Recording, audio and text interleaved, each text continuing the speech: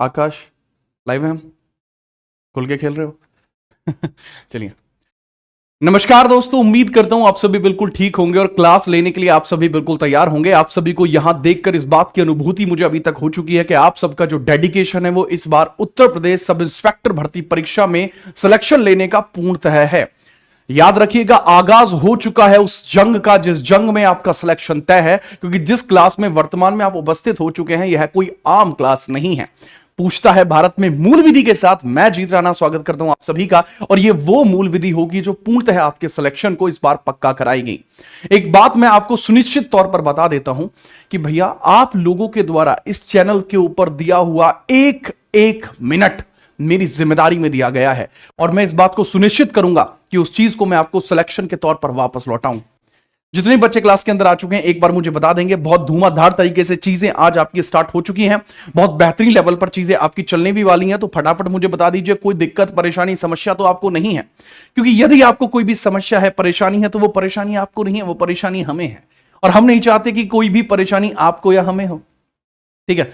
जीवन में सबसे बड़ी परेशानी तो है बेरोजगारी, और उसके तंत्र को तोड़ने के लिए हम लोग साथ में आ चुके हैं, आप लोग साथ में आ चुके हैं और चीजों को बहुत बेहतरीन करने के लिए तैयार हैं। कैसे हैं आप लोग, फटाफट से बता दीजिए। मूल विधि पढ़ने के लिए आप सभी तैयार हैं? और यहां पे मैं एक बात पहले ही डिक्लेयर कर चुका था कि मैं कंप्लीट मूल विधि आपको यूट्यूब पर भी कराऊंगा। देखो, ऐप में तो करा ही रहा हूं, ठीक है, ऐप में हो ही रही है, ऐप में आपके कई सारे एक्ट ऑलरेडी हो चुके हैं, बट यूट्यूब पर भी आपको यह पूर्णतः देखने को मिल जाएगी। अगर आप तैयार हैं तो फटाफट से बता दीजिए। किसी प्रकार की कोई समस्या तो आपको नहीं है? यदि किसी प्रकार की कोई भी समस्या आपको है तो वह समस्या दूर कर दी जाएगी, वत्स, दूर कर दी जाएगी। एक बार मुझे पहली क्लास है, पहले दिन का माहौल है, आप मुझे यह भी बता दीजिए कि आप सभी कहां कहां से बिलोंग करते हैं, जिससे कि ऊर्जा का स्रोत यह तय कर पाए कि इस बार सिलेक्शन सबसे ज्यादा उत्तर प्रदेश में कहां से होने वाले हैं। ठीक है, चलिए। जैसा कि पता लग पा रहा है आप सभी कहां कहां से हैं। अब तक मूल विधि का एम भी नहीं पढ़ा है, आप पूरी मूल विधि पढ़ोगे। इस क्लास को पढ़ने के बाद आप इतनी जानकारी रख पाओगे, आप किसी भी वकील से जाके कह सकते हो कि आपको सभी चीजों के बारे में कम से कम जानकारी पर्याप्त तौर पर उपलब्ध है। ठीक है, चलिए। अलग अलग जगह से छात्र हैं, जैसे कन्नौज से हैं, जौनपुर से हैं, मेरठ से हैं, रामपुर से हैं, बागपत से हैं, बिहार से भी हैं। ठीक है। अच्छा, यहाँ पे जो यूपीएसआई है वैसे बेसिकली डेडिकेटेड तो हम उत्तर प्रदेश के लिए कर रहे हैं, बट इसमें कई बार ना राजस्थान राजस्थान पुलिस के सब इंस्पेक्टर में भी आ जाती है, आरपीएसआई में आ जाती है, बीपी बिहार पुलिस के सब इंस्पेक्टर वगैरह भर्ती परीक्षा होती है उसमें आ जाती है, बीएसएससी में आ जाती है, ठीक है, बीपीएससी में आ जाती है। तो बिहार के जिस भी एग्जाम में ये आती है उन सभी एग्जाम्स के लिए परिपूर्ण होगी। अब मुझे एक छोटी सी बात आप बता दीजिए कि थ्योरी फॉर्मेट में स्टार्ट किया जाए या फिर इस चीज को स्टार्ट किया जाए सीधे तौर पर हमारे क्वेश्चन फॉर्मेट में, क्योंकि मैंने बता दिया है कि यहां पे थियरी भी आपकी होगी एंड प्रैक्टिस भी आपकी होगी। आज हम पहले अधिनियम, दहेज प्रतिषेध अधिनियम को शुरू कर रहे हैं। अब क्लास स्टार्ट हो रही है। आप सभी का बहुत बहुत आपको बधाइयां, ठीक है, आप सभी को बहुत बहुत शुभकामनाएं कि आप इस बार अपना सिलेक्शन को तय करें। अब शांति से पढ़ना। एक छोटी सी बात, मैं अंतिम बात बता रहा हूं, क्लास में एंड तक बने रहना। क्लास में जो भी छात्र आता है अंत तक बने रहना आपकी जिम्मेदारी है, क्योंकि वास्तविकता मैं बता रहा हूं कि यदि आप अंत तक बने रहोगे तो इस क्लास में से आप वास्तविकता में वो लेके जाओगे जिसकी आपको वास्तविकता में ही जरूरत है। चलिए, ठीक है, आगे बढ़िए। हम बात करते हैं मूल विधि के बारे में। उत्तर प्रदेश सब इंस्पेक्टर भर्ती परीक्षा 2025 मूल विधि 2025 के बारे में बात कर रहे हैं। थोड़ी सी बात करता हूं यहां पर, ठीक है, 1-2 मिनट की बात होगी, पहली क्लास है इसलिए बात करो, वरना सीधा एक्ट पे आके शुरू करूंगा। बाबू जो थियरी कह रहे हैं, हाँ थियरी भी करूंगा, क्वेश्चन भी करूंगा। थियरी पहले, थोड़ी सी थियरी देन क्वेश्चन, फिर थियरी देन क्वेश्चन, फिर थियरी देन क्वेश्चन। जो बच्चे पहले से थ्योरी पढ़ चुके हैं आपका रिवीजन हो जाएगा, क्वेश्चन लगाने के बाद आपकी सटीक तैयारी हो जाएगी। ठीक है, क्वेश्चन भी है, टेंशन मत लीजिए, क्वेश्चन भी है, आप निश्चित तौर पर टेंशन फ्री रहो। आपके सामने मैं पहले बात बता दूं कि यूपीएसआई में मूल विधि का, देखो टोटल जीएस की बात करता हूं, एग्जाम पैटर्न की बात कर रहा हूं। एक बार मैं एग्जाम पैटर्न देख लो, इसका एग्जाम पैटर्न यूपीएसआई का। बाबू जो यूपीएसआई का एग्जाम पैटर्न होता है, इसके अंदर 40 क्वेश्चन आपके होते हैं जीएस के, 40 क्वेश्चन होते हैं आपके जीएस के, 40 होते हैं भाई इसके अंदर आपके हिंदी के, 40 होते हैं आपके रीजनिंग के, रीजनिंग के होते हैं, रीजनिंग के होते हैं, और 40 होते हैं आपके मैथ्स के। 40 क्वेश्चन होते हैं आपके मैथ्स के। हमें सिर्फ ध्यान देना है अपने 40 जीएस के क्वेश्चंस पर, क्योंकि ये पूर्णतः आपको जीत राणा जीएस पे मिल जाएगा। 40 जो जीएस के क्वेश्चन होते हैं, पूरी जीएस आपको कहां मिलेगी? जीत राणा जीएस। ठीक है, ये आपको यहां मिलेगी। अब जो 40 जीएस के क्वेश्चन आपके हैं, इसमें बाबू कैसे कैसे वेटेज रहता है, लगभग 11 से 13 क्वेश्चन होते हैं पॉलिटी के होते हैं, लगभग 7 से 8 सवाल होते हैं आपके मूल विधि के होते हैं, ठीक है, मूल विधि के आपके होते हैं। और इसके अलावा जो अदर बचे हुए क्वेश्चन होते हैं, ठीक है, बचे हुए क्वेश्चन होते हैं लगभग आप मान सकते हैं 20 क्वेश्चन के आसपास, 20 क्वेश्चन के आसपास, 20 से लेके 22 क्वेश्चन के आसपास जो आपके बचते हैं, वो किस चीज के होते हैं, वो कंप्लीट। जैसे इसमें होता है current affairs, static GK, static economics, UP GK, geography, science, वो सब इसमें होती है, ज्योग्राफी एंड साइंस, इन सबको मिला के इसमें इतना आता है, जबकि इन दोनों सब्जेक्टों में इससे ज्यादा आ जाता है। तो ये कुछ एग्जाम का पैटर्न होता है, इस चीज को ही हम क्रैक करने वाले हैं। अब यहां चैनल पे आपको पॉलिटी भी मिलेगी, मूल विधि भी, ये सब भी। इस क्लास के जब एंड हो जाएगा, या फिर अगर आप इसको रिकॉर्डेड देख रहे हैं, अगर आप कहेंगे तो अगला सेशन पॉलिटी का भी होगा, फिर current affair, static and others भी आपको देखने को मिलेंगे, ठीक है। यूपीजी के विकास सर बहुत बेहतरीन बढ़ाते हैं, ये आपको पता है। अब हम स्टार्ट करते हैं चीजों को बहुत बढ़िया लेवल पर, बहुत ही प्रीमियम लेवल पर स्टार्ट कर रहे हैं बाबू यूपीएसआई में, कि मूल विधि में हमें क्या क्या पढ़ना है। पहले एक बार सिलेबस को ओवरव्यू कर लें। जैसे एक मगरमच्छ होता है ना, वो शिकार करने से पहले देखता है कि उसका शिकार कितना बड़ा है, ताकि उसको दबोच ले। तो पहले शिकार आप देख लीजिए, शिकार कितना बड़ा है। ये आपका है मूल विधि का सिलेबस, ये आपका मूल विधि का सिलेबस है, मूल विधि का आपका सिलेबस है। सब्सटेंशियल लॉ इसको कहते हैं, बेसिक लॉ इसको कहते हैं, या तो सब्सटेंशियल कह लीजिए या बेसिक लॉ कह लीजिए, ठीक है, ये इसको कहा जाता है। ये इसका सिलेबस है। तो ये सिलेबस तो बड़ा अजीब अजीब सा लग रहा है, ऐसे कैसे याद रखेंगे जी, है जी, ऐसे कैसे याद रखेंगे। मैं सब बताता हूं। जैसे पहली बात तो भारतीय दंड विधान व दंड प्रक्रिया संहिता ये समाप्त कर दिया गया है, अब ये वर्तमान में कार्यरत नहीं है। क्यों नहीं है कार्यरत? क्योंकि बेटा ये है आईपीसी, ये है आईपीसी और सीआरपीसी, अब वर्तमान में यह कार्यरत नहीं है। इसके स्थान पर बीएनएस आ गया है, और इसके स्थान पर बीएनएसएस आ गया है, बीएनएसएस आ गया। ये 2023 के एक्ट हैं, 2023 के एक्ट है, परंतु ये संचरित कब से हो रहा है? संचरित का मतलब है लागू कब से है? सर जी ये लागू है 1 जुलाई 2014 से। कब से लागू है? 1 जुलाई 2014 से लागू है, 1 जुलाई 2014 से 2024 से लागू है, सॉरी लागू है, इंपोज है। इसी वजह से ये जो है यह अपनी मान्यता रद्द कर चुके हैं, अपनी मान्यता रद्द करवा चुके हैं, तो वर्तमान में चालू नहीं है, ये चालू है। तो जब सिलेबस आपका नया अपडेट होगा, जब आपका नोटिफिकेशन आएगा, उसमें आपको पता लगेगा कि ये दोनों उसमें नहीं दिखेंगे, इसके अलावा आपको बीएनएस और बीएनएसएस यहां पे दिख जाएगा, राइट। चलो सिलेबस की अगर मैं बात करूंगा, ये प्रीवियस ईयर का डेटा है कि किस लेवल से कितने सवाल आए हैं। तो जो ऐसे लोग हैं जो समझते हैं कि बीएनएसएस बहुत ज्यादा जरूरी है, कि सर बीएनएस की कौन से सेक्शन के तहत तो उसको मर्डर के केस में गिरफ्तार किया है, ये बहुत बाद की बातें हैं। पहले हम इन प्रकार के एक्टों को पढ़ेंगे, क्योंकि बाबू ये जो है ना बीएनएस और बीएनएसएस, ये बहुत बाद की बातें होती हैं। हमें क्या पढ़ना है? हमें पहले अदर एक्ट्स को पढ़ना है। अगर आप अदर एक्ट्स को पढ़ लोगे तो 8 में से 6 क्वेश्चन आपके ऑलरेडी क्लियर हो जाएंगे, 6 से ज्यादा क्लियर हो जाएंगे, ठीक है। तो हमारा पैटर्न क्या होगा? पढ़ेंगे हम सब कुछ, छोड़ेंगे कुछ नहीं। हम यहां पर भारतीय न्याय संहिता भी पढ़ेंगे, भारतीय नागरिक शांति संहिता, सुरक्षा संहिता भी पढ़ेंगे, महिला बच्चों विकास अनुसूचित जाति, इन सबको भी पढ़ेंगे।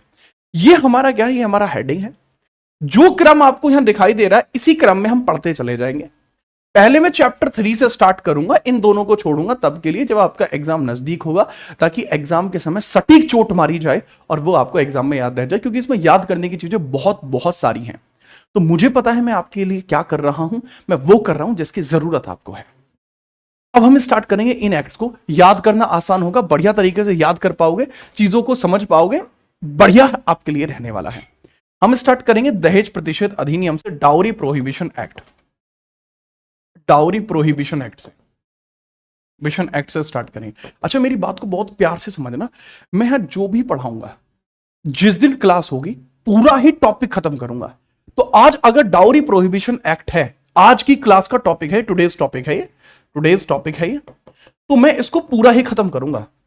ये आज एक्ट भी पूरा हो जाएगा, धारा इसकी थ्योरी पूरी हो जाएगी, इसकी प्रैक्टिस पूरी हो जाएगी, एक बार में ही खेल खत्म करना है।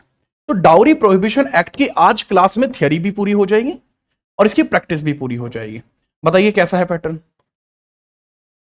मुझे एक बार बता दीजिए, क्या ये बढ़िया रहेगा? फटाफट बताओ कमेंट करके, क्या ये बढ़िया रहेगा? इसमें आपकी एक ही क्लास में थियोरी प्रैक्टिस दोनों चीज, मजा ही आ जाएगा आपको। आप नोट्स भी बढ़िया बना पाएंगे, आप प्रैक्टिस भी बढ़िया कर पाएंगे, और ऐसी प्रैक्टिस होगी कि आपको कोई दिक्कत ही नहीं होगी। ठीक है, ओके की रिपोर्ट है? ठीक है, कमेंटों में जिस प्रकार से, बहुत बढ़िया, सही है, ठीक है। इसके बाद बाल विवाह पढ़ेंगे, फिर शिक्षा का अधिकार, घरेलू हिंसा, स्त्री अशिष्टरूपण, पॉक्सो अधिनियम पढ़ेंगे, और उसके बाद SC/ST एक्ट पढ़ेंगे। ये सारा एकदम कंप्लीट हो जाएगा। ठीक है, चलिए, क्लास के बाद PDF आपको मिल जाएगा, हाँ बिल्कुल मिल जाएगा, that is very good. Next हम बात करते हैं, इसके बाद हमें यातायात अधिनियम पढ़ना पड़ेगा, जो मोटर व्हीकल एक्ट होते हैं, मोटर व्हीकल एक्ट आपको पढ़ने पड़ेंगे, व्हीकल एक्ट आपको पढ़ने पड़ेंगे। इसके बाद हमें पर्यावरण संरक्षण अधिनियम पढ़ना पड़ेगा, वन्य संरक्षण अधिनियम पढ़ना पड़ेगा, मानवाधिकार ह्यूमन राइट प्रोटेक्शन एक्ट पढ़ना पड़ेगा, राइट टू इंफॉर्मेशन है, इनकम टैक्स है, भ्रष्टाचार निवारण अधिनियम, करप्शन आपका एक्ट है, और रासुका है, नेशनल सिक्योरिटी एक्ट है, सूचना प्रौद्योगिकी IT एक्ट है, साइबर है, जनहित याचिका PIL है, पब्लिक इंटरेस्ट लिटिगेशन, जो इंपोर्टेंट केसेस जितने भी हुए हैं, इंपोर्टेंट केसेस हैं, इंपोर्टेंट केसेस आपको देखने को मिलेंगे। और इसके बाद भूमि सुधार, भूमि अधिग्रहण, भू राजस्व संबंधी, ये सब चीज हम यहां पर पढ़ लेंगे एक ही बार में, मतलब जैसा मैंने बताया सटीक। ठीक है, आगे अगर हम बात करें तो ये आपका सिलेबस है, मेरे ख्याल से आप सिलेबस समझ पाए होंगे। हेडिंग डाल लीजिए, हम क्लास को स्टार्ट कर रहे हैं, we are starting the class. और आज की सबसे पहले जो हेडिंग होगी उसको बहुत ध्यान से आप लिखेंगे, हम इस अधिनियम को पढ़ने वाले हैं। इस पूरे चैप्टर्स को पढ़ने के बाद मैं यकीन दिलाता हूं कि अगर पेपर में 8 क्वेश्चन आए हैं तो 7 क्वेश्चन आपने पढ़े हुए होंगे। एक क्वेश्चन भैया देखो, मैं मतलब अवतार नहीं हूं, सीधे तौर पर बात बताऊं, मैं अवतार नहीं हूं, एक आध क्वेश्चन ऊपर नीचे हो जाता है। ठीक है, अब हो सकता है कि आपके पेपर में 8 के 8 मैच हो जाए, बट ना वरना 7 तो मैच होंगे ही होंगे। ठीक है, चलिए प्रैक्टिस क्वेश्चन, अरे भैया मिलेंगे, रिवीजन तो कर लो। शॉर्ट रिवीजन यहां पे कराने वाला हूं, फटाफट से देखिए। ये 1 शॉट क्लास है, 1 शॉट। अब हम 1 शॉट लिखते नहीं है, 1 शॉट, हम 1 शॉट नहीं, ये गन शॉट है, याद रखना। तो हेडिंग डाल लीजिए, this is not 1 shot, this is gun shot, क्योंकि यहां मूल विधि पढ़ रहे हो, ये चीजें आपको नॉमिनल हो जानी चाहिए। तो हेडिंग डाल लीजिए सीधा, क्या दहेज प्रतिषेध अधिनियम कब आया था, सब फटाफट बताओ। दहेज, या फिर दहेज प्रतिषेध अधिनियम से पहले डाल लीजिए मूल विधि क्या होती है, व्हाट इज मूल विधि। थोड़ा सा इसमें हम जान लेते हैं मूल विधि होती क्या है, जिससे कि कम से कम आपके दिमाग में बेसिक स्ट्रक्चर क्लियर हो जाए। आपको अगर डेफिनेशन याद है मूल विधि की तो बता दीजिए, क्या होती है मूल विधि, क्यों होती है मूल विधि, जरूरत क्या है मूल विधि की, ये सवाल आते हैं। ठीक है, सबसे पहले बात होती है सर मूल विधि क्या है, इसको अब बेसिक लॉ कहते हैं। इसको क्या कहते हैं बाबू, बेसिक लॉ कहते हैं, बेसिक लॉ। इसका मतलब क्या होता है सर जी, इसका मतलब क्या होता है मूल विधि का, ऐसे नियम व कानून, ऐसे नियम व कानून, ऐसे नियम व कानून जो बेहतर समाज के निर्माण के लिए, बेहतर समाज निर्माण के लिए, बेहतर समाज निर्माण प्लस बेहतर समाज निर्माण तथा नागरिकों के हितों की सुरक्षा के लिए होते हैं, नागरिकों के अधिकारों व हितों की सुरक्षा करते हैं, अधिकारों व हितों की सुरक्षा के लिए होते हैं, हितों की सुरक्षा के लिए होते हैं, सुरक्षा के लिए होते हैं, लिए हैं। इसको बच्चे इंग्लिश में भी लिख लेना, जितने भी CBSE वाले हैं टेंशन फ्री रहना। ठीक है, आप जानते हैं मैं आपको पढ़ा रहा हूं, ठीक है, तो टेंशन फ्री हो जाइए। those laws which protect, those laws which protect our rights, which protect our rights, which protect our rights and made a better society, made a better society, made a better society, these are called basic law, these are called basic law। इन्हीं को basic law कहा जाता है, basic law अर्थात मूल विधि कहा जाता है। सर ये डेफिनेशन तो बड़ी अजीब सी लग रही है, ठीक है, लेकिन सर आप ये बताइए कि वास्तविकता में किताबों में इसके संबंध में क्या लिखा हुआ है, किताबों में मूल विधि को क्या लिखा होता है, समझिए। किताबों में मूल विधि के बारे में होता है संविधान से प्राप्त अधिकारों की रक्षा के लिए बनाए गए कानून। संविधान से प्राप्त अधिकार, संविधान से आपको कुछ अधिकार मिले हुए हैं, संविधान से आपको अधिकार मिले नहीं मिले? हाँ जी सर, संविधान से अधिकार मिले, कैसे नहीं मिले, कौन से अधिकार मिले हैं संविधान से? बच्चे आपको संविधान से कुछ अधिकार मिले हुए हैं, जैसे आपको मिला हुआ है स्वतंत्रता का अधिकार, समानता का अधिकार, शोषण के विरुद्ध अधिकार, धार्मिक अधिकार और सांस्कृतिक अधिकार, DPSP में कल्याणकारी अधिकार, राजनीतिक अधिकार, संवैधानिक अधिकार, ये जितने भी अधिकार हैं उन सबको बचाया जाता है किसके द्वारा? मूल विधि के द्वारा। संविधान से प्राप्त अधिकारों की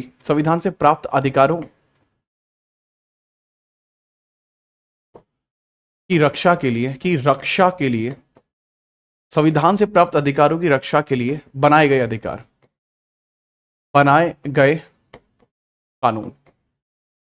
कानून, laws for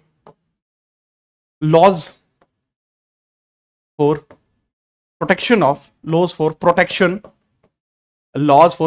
of rights received from constitution। अगर संविधान की रक्षा, संविधान में कुछ अधिकार दिए हैं तो उनकी रक्षा भी हमें यहां पर करनी होती है। ठीक है, चलिए बहुत ध्यानपूर्वक समझना। एक और बात होती है कि मूल विधि को इंग्लिश में सब्सटेंशियल लॉ भी बोलते हैं। This is also called substantial law. इसको सब्सटेंशियल लॉ भी कहा जाता है। क्या बोलते हैं बच्चे? सब्सटेंशियल लॉ भी इसको कहा जाता है। ओके सर, समझ में आ गए। लेकिन सर हमने एक डेफिनेशन और सुनी है, the collection of acts is called basic acts. Okay, देखो कई बार क्या होता है कि कलेक्शन ऑफ एक्ट वाली डेफिनेशन पूर्ण नहीं हो सकती, ये अपूर्ण डेफिनेशन है, ये अपूर्ण डेफिनेशन होगी। ठीक है, ये कंप्लीटली इसको फुलफिल नहीं करती, बट ऐसा नहीं है कि गलत हो जाएगी, नहीं, सही है बट अपूर्ण है। कलेक्शन ऑफ एक्ट्स, जो कलेक्शन ऑफ एक्ट्स होता है यानी कई सारे कानूनों का संग्रह मूल विधि है। कानूनों का संग्रह जो होता है मूल विधि है। ठीक है, तो इसमें कुछ चीजों को वेरीफाई किया जाना चाहिए, बाकी सब कुछ ठीक है। मूल विधि आपको देखने को मिलती है, this is called basic law. अच्छा, मेरी बात को ध्यान से समझना। तो सर हम इसको पढ़ते क्यों हैं? रीजन ऑफ स्टडी क्या है? ओके, ये बहुत बेसिक सा प्यारा सा क्वेश्चन है। आप खुद बताओ आप पढ़ते क्यों हैं? ठीक है, आप खुद बताइए आप क्यों पढ़ते हो, फटाफट बताएं। आप पढ़ते क्यों हैं इसे? आप क्यों पढ़ते हैं इसे? आप क्यों पढ़ते हैं? Why you study this? Why you study this? Why you study this? Why you study this? आप क्यों पढ़ते हैं मुझे बताओ। देखो दो तरीके हैं। पहला, आपको पता लगता है कि हमारी कानून व्यवस्था कैसे कार्य करती है। पहला आपको पता लगेगा why, पहला आपको पता लगेगा why नहीं, how law works, कानून कैसे कार्य करते हैं। कानून कार्य प्रणाली समझ में आती है आपको? कानून कार्य प्रणाली समझ में आएगी? कौन कौन इस बार दरोगा बनने वाला है बताना? कार्य प्रणाली समझेंगे आप? समझेंगे। देखो मैं ये समझता हूं कि मेरी क्लास के अंदर बैठे हुए जो छात्र हैं ये दरोगा हैं, तो कल को जब आप दरोगा बन जाओगे तो आपको पता होना चाहिए ना बाबू कि क्या हो रहा है, कैसे हो रहा है ना? तो ये पता होना चाहिए। तो कानून कार्यरत जो कार्य प्रणाली है, कानून कार्य प्रणाली है, वो समझेंगे आप इससे। बात आई समझ में? जी हाँ। दूसरा आपके एग्जाम में आती है इसलिए आप पढ़ते हैं। दूसरा रीजन है, ठीक है, एग्जाम वेटेज। एग्जाम में अच्छा वेटेज है, एग्जाम में अच्छा वेटेज इसका है। ठीक है, अगर आप समझ जाएंगे तो पता लग जाएगी अच्छा वेटेज है। ठीक है, अब एक बड़ी कॉमन सी बात होती है कि कल को कोई पुलिस वाला आके हथकड़ी आपको लगा दे, आपको गिरफ्तार करके ले जाए, तो आप उससे एकदम गिरफ्तार होकर बकरी के बच्चे की तरह उसके साथ चले जाओगे क्या? नहीं। अगर आपको पता होगी कि भैया जिस अपराध के लिए आप मुझे पकड़ रहे हैं क्या अपराध है, क्या यह अपराध कॉग्निजेबल है, क्या यह संज्ञेय अपराध है या असंज्ञेय अपराध है, और अगर असंज्ञेय अपराध है तो क्या जो आपने जस्ट जुडिडिक्शन से इस बात की परमिशन लिया कि आप मुझे गिरफ्तार कर सकते हो, वारंट है आपके पास, तो यह पूछने का अधिकार कैसे होगा? ये पूछने का अधिकार आपको तब होगा जब आपको पता होगा कि ये चीजें आपके लिए हैं, ये चीजें आपके लिए नहीं है। ये तभी संभव हो सकता है। ठीक है, चलो बात आई समझ में? ठीक है सर, हम समझ गए एग्जाम में अच्छा वेटेज है इसका, प्लस हमें कार्य प्रणाली समझ में आएगी। ठीक है, बहुत बढ़िया। अब बहुत ध्यान से समझिएगा, ये इसकी डेफिनेशन होगी मूल विधि की।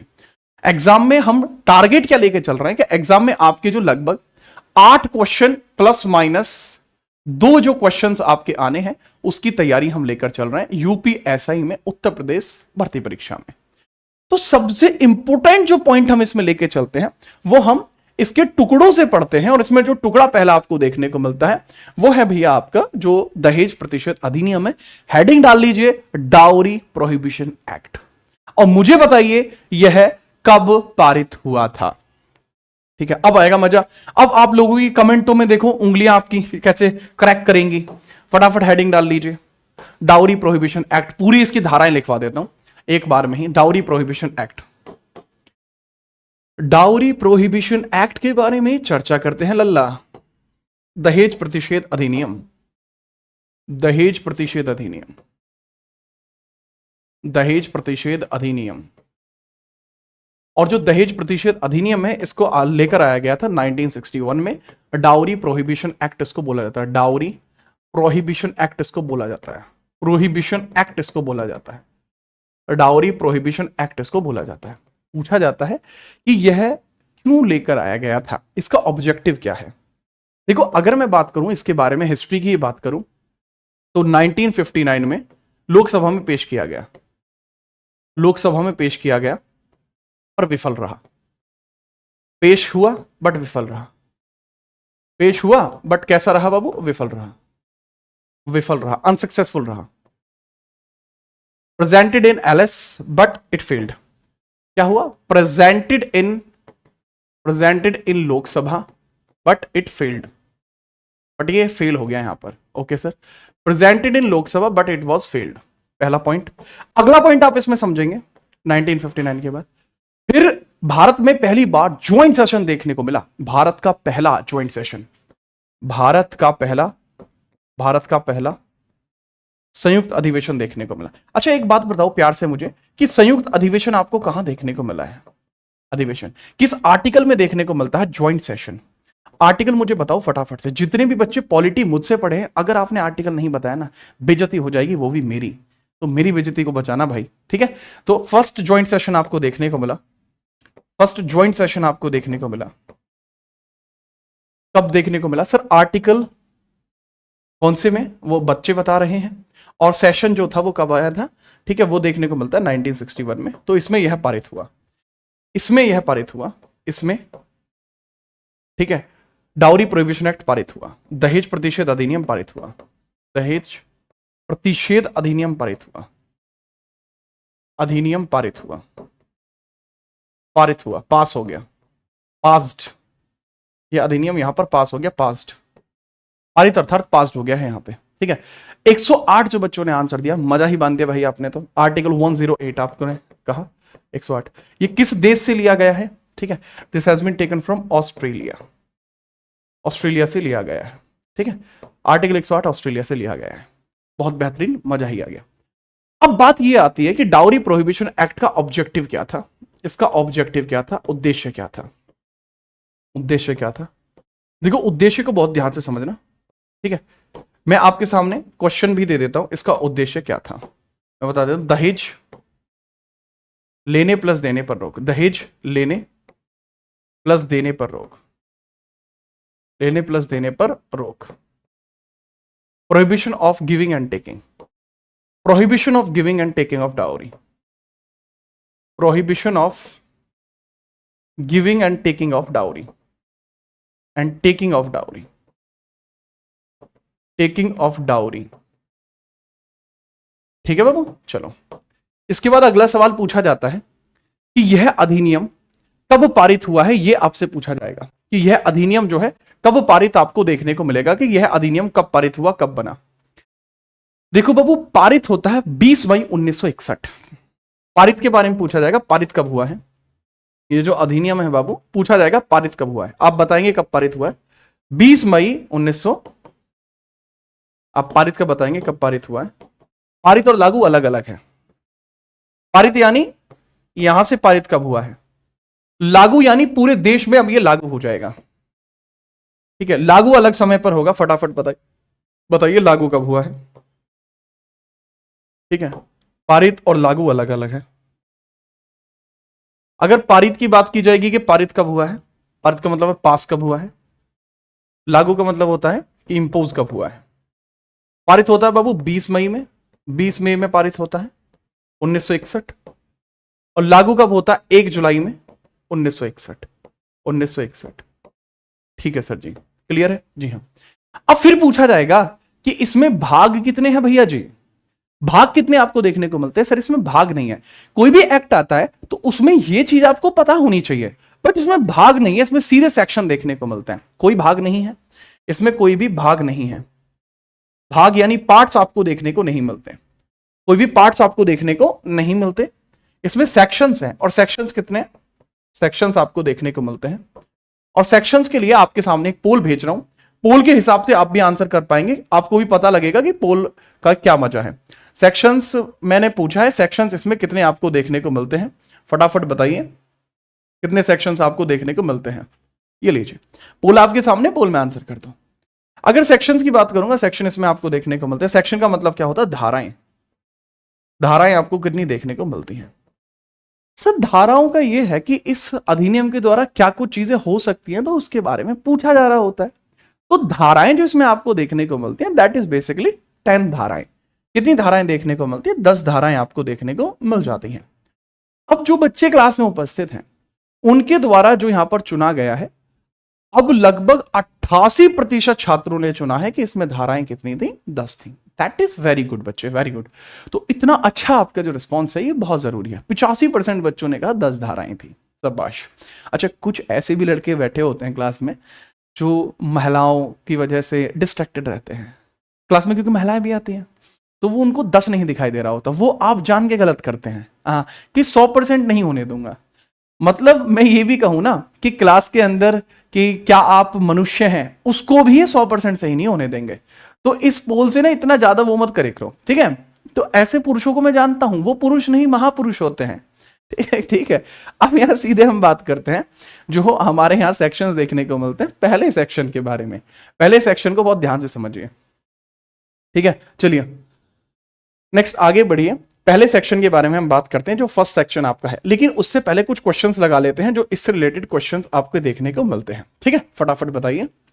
अब एक सवाल आपके सामने है, ये सवाल आपके सामने है, इसको हम क्वेश्चन लगाते हैं, उसके बाद में इसकी धाराएं पढ़ाऊंगा। आपको पता रहना चाहिए आप क्या पढ़ रहे हैं।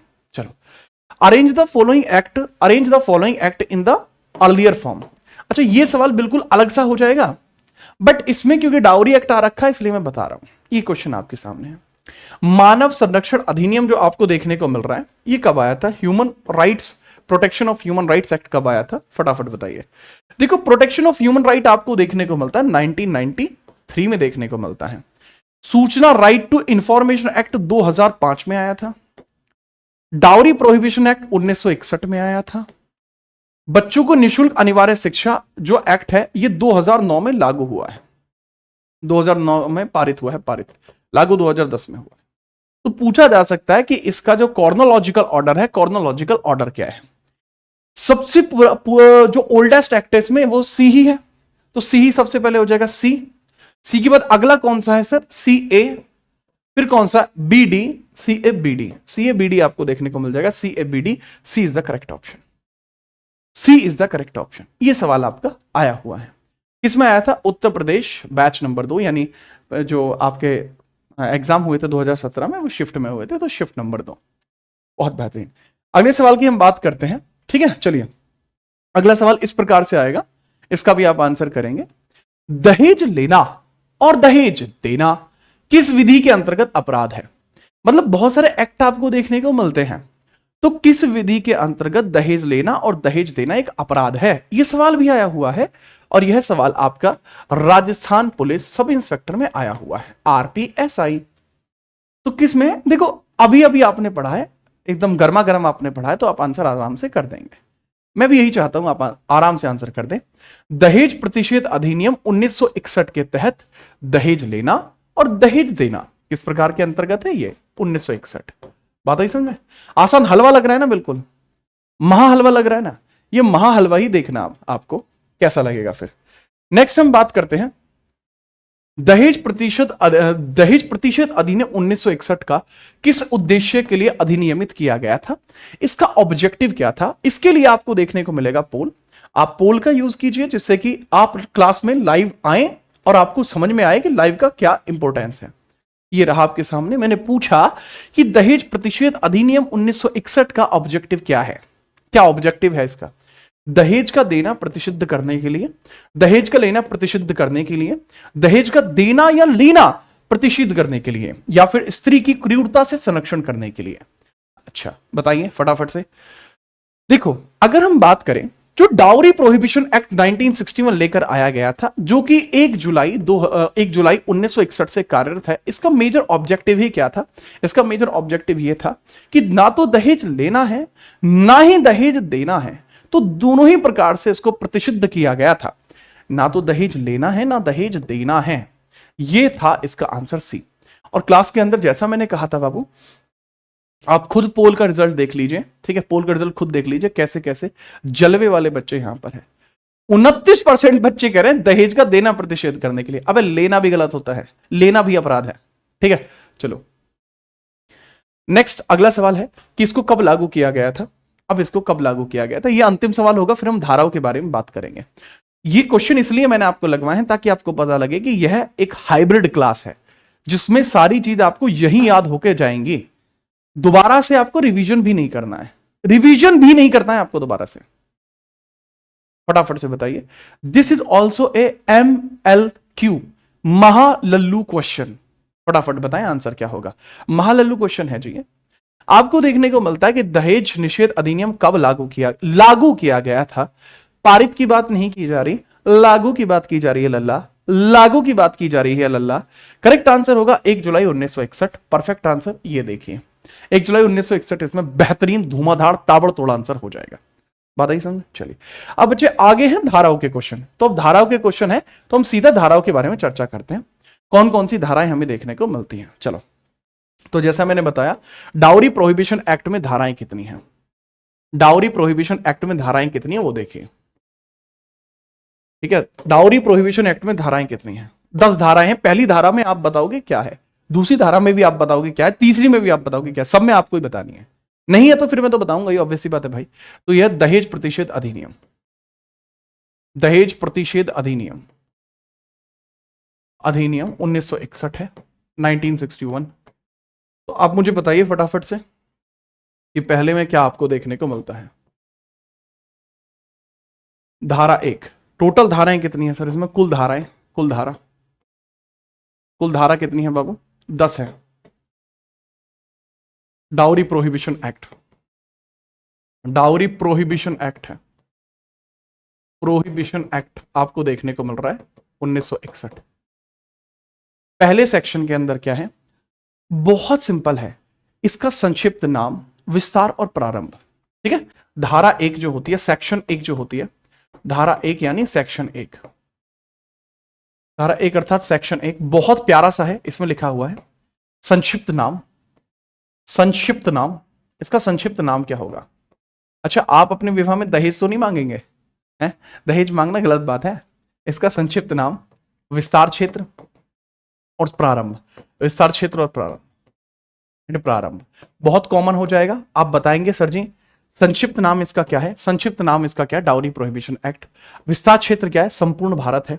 आज की डेट में संपूर्ण भारत है, पहले कश्मीर नहीं हुआ करता था बट वर्तमान में है। संपूर्ण भारत यानी कंप्लीट इंडिया में इसका एक्सपेंशन है। प्रारंभ आपको पता है कि जिस डेट से यह लागू होता है 1 जुलाई 1961। बहुत सिंपल हो गया। तो जैसा मैंने बताया कि इसका ब्रीफ नेम क्या होगा, इसका ब्रीफ नेम क्या होगा, इसका एक्सपेंशन क्या होगा, इसका एक्सपेंशन क्या होगा और इसका जो स्टार्ट है वो क्या होगा, तो आप बता देंगे वो कुछ इस प्रकार से होगा। ये धारा 1 आपको देखने को मिल गई है। बात आई समझे? जी हाँ, दहेज लेना गलत बात है, ठीक है, नहीं देंगे दहेज। अरे सीमा जी यहां देखिए धारा, आप अभी भी यही है सीमा जी, आपको पता नहीं है कि सार्क जो वीजा है वो रद्द कर दिए गए हैं, आप अभी भी क्लास में हैं। क्या बात है, आपको इतनी बढ़िया लगता है। चलिए धारा 2 में आप देखते हैं सेक्शन 2 में, सेक्शन 2 में क्या देखने को मिलता है? बहुत कॉमन शब्दों में मुझे बता दीजिए, शॉर्ट फॉर्म में मुझे बता दिए धारा 2 में आपको क्या देखने को मिलता है। शॉर्ट फॉर्म, अगर हम धारा 2 के अंदर बात करते हैं, बड़ी शॉर्ट फॉर्म में आपको याद रखना है धारा 2 के बारे में। दहेज की परिभाषा बताई गई है। दहेज की परिभाषा क्या बताया गया? वो दहेज की परिभाषा बताई गई है।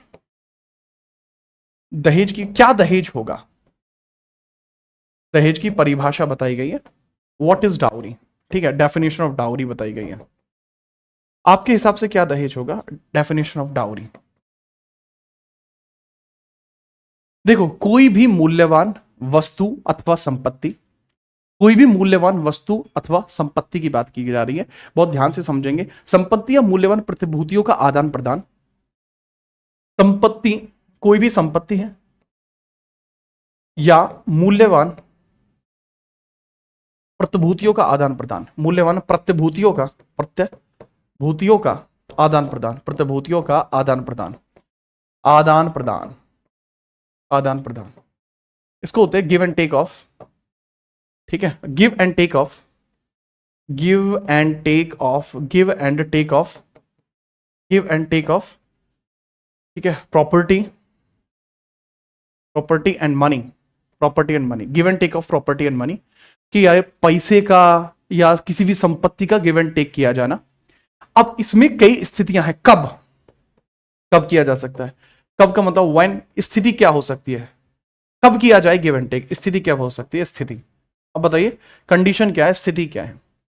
कंडीशन 3 होती है इसमें। कितनी स्थितियों का वर्णन है बाबू, 3 स्थितियों का वर्णन है। कितनी स्थितियों का वर्णन है, 3 स्थितियों का वर्णन है।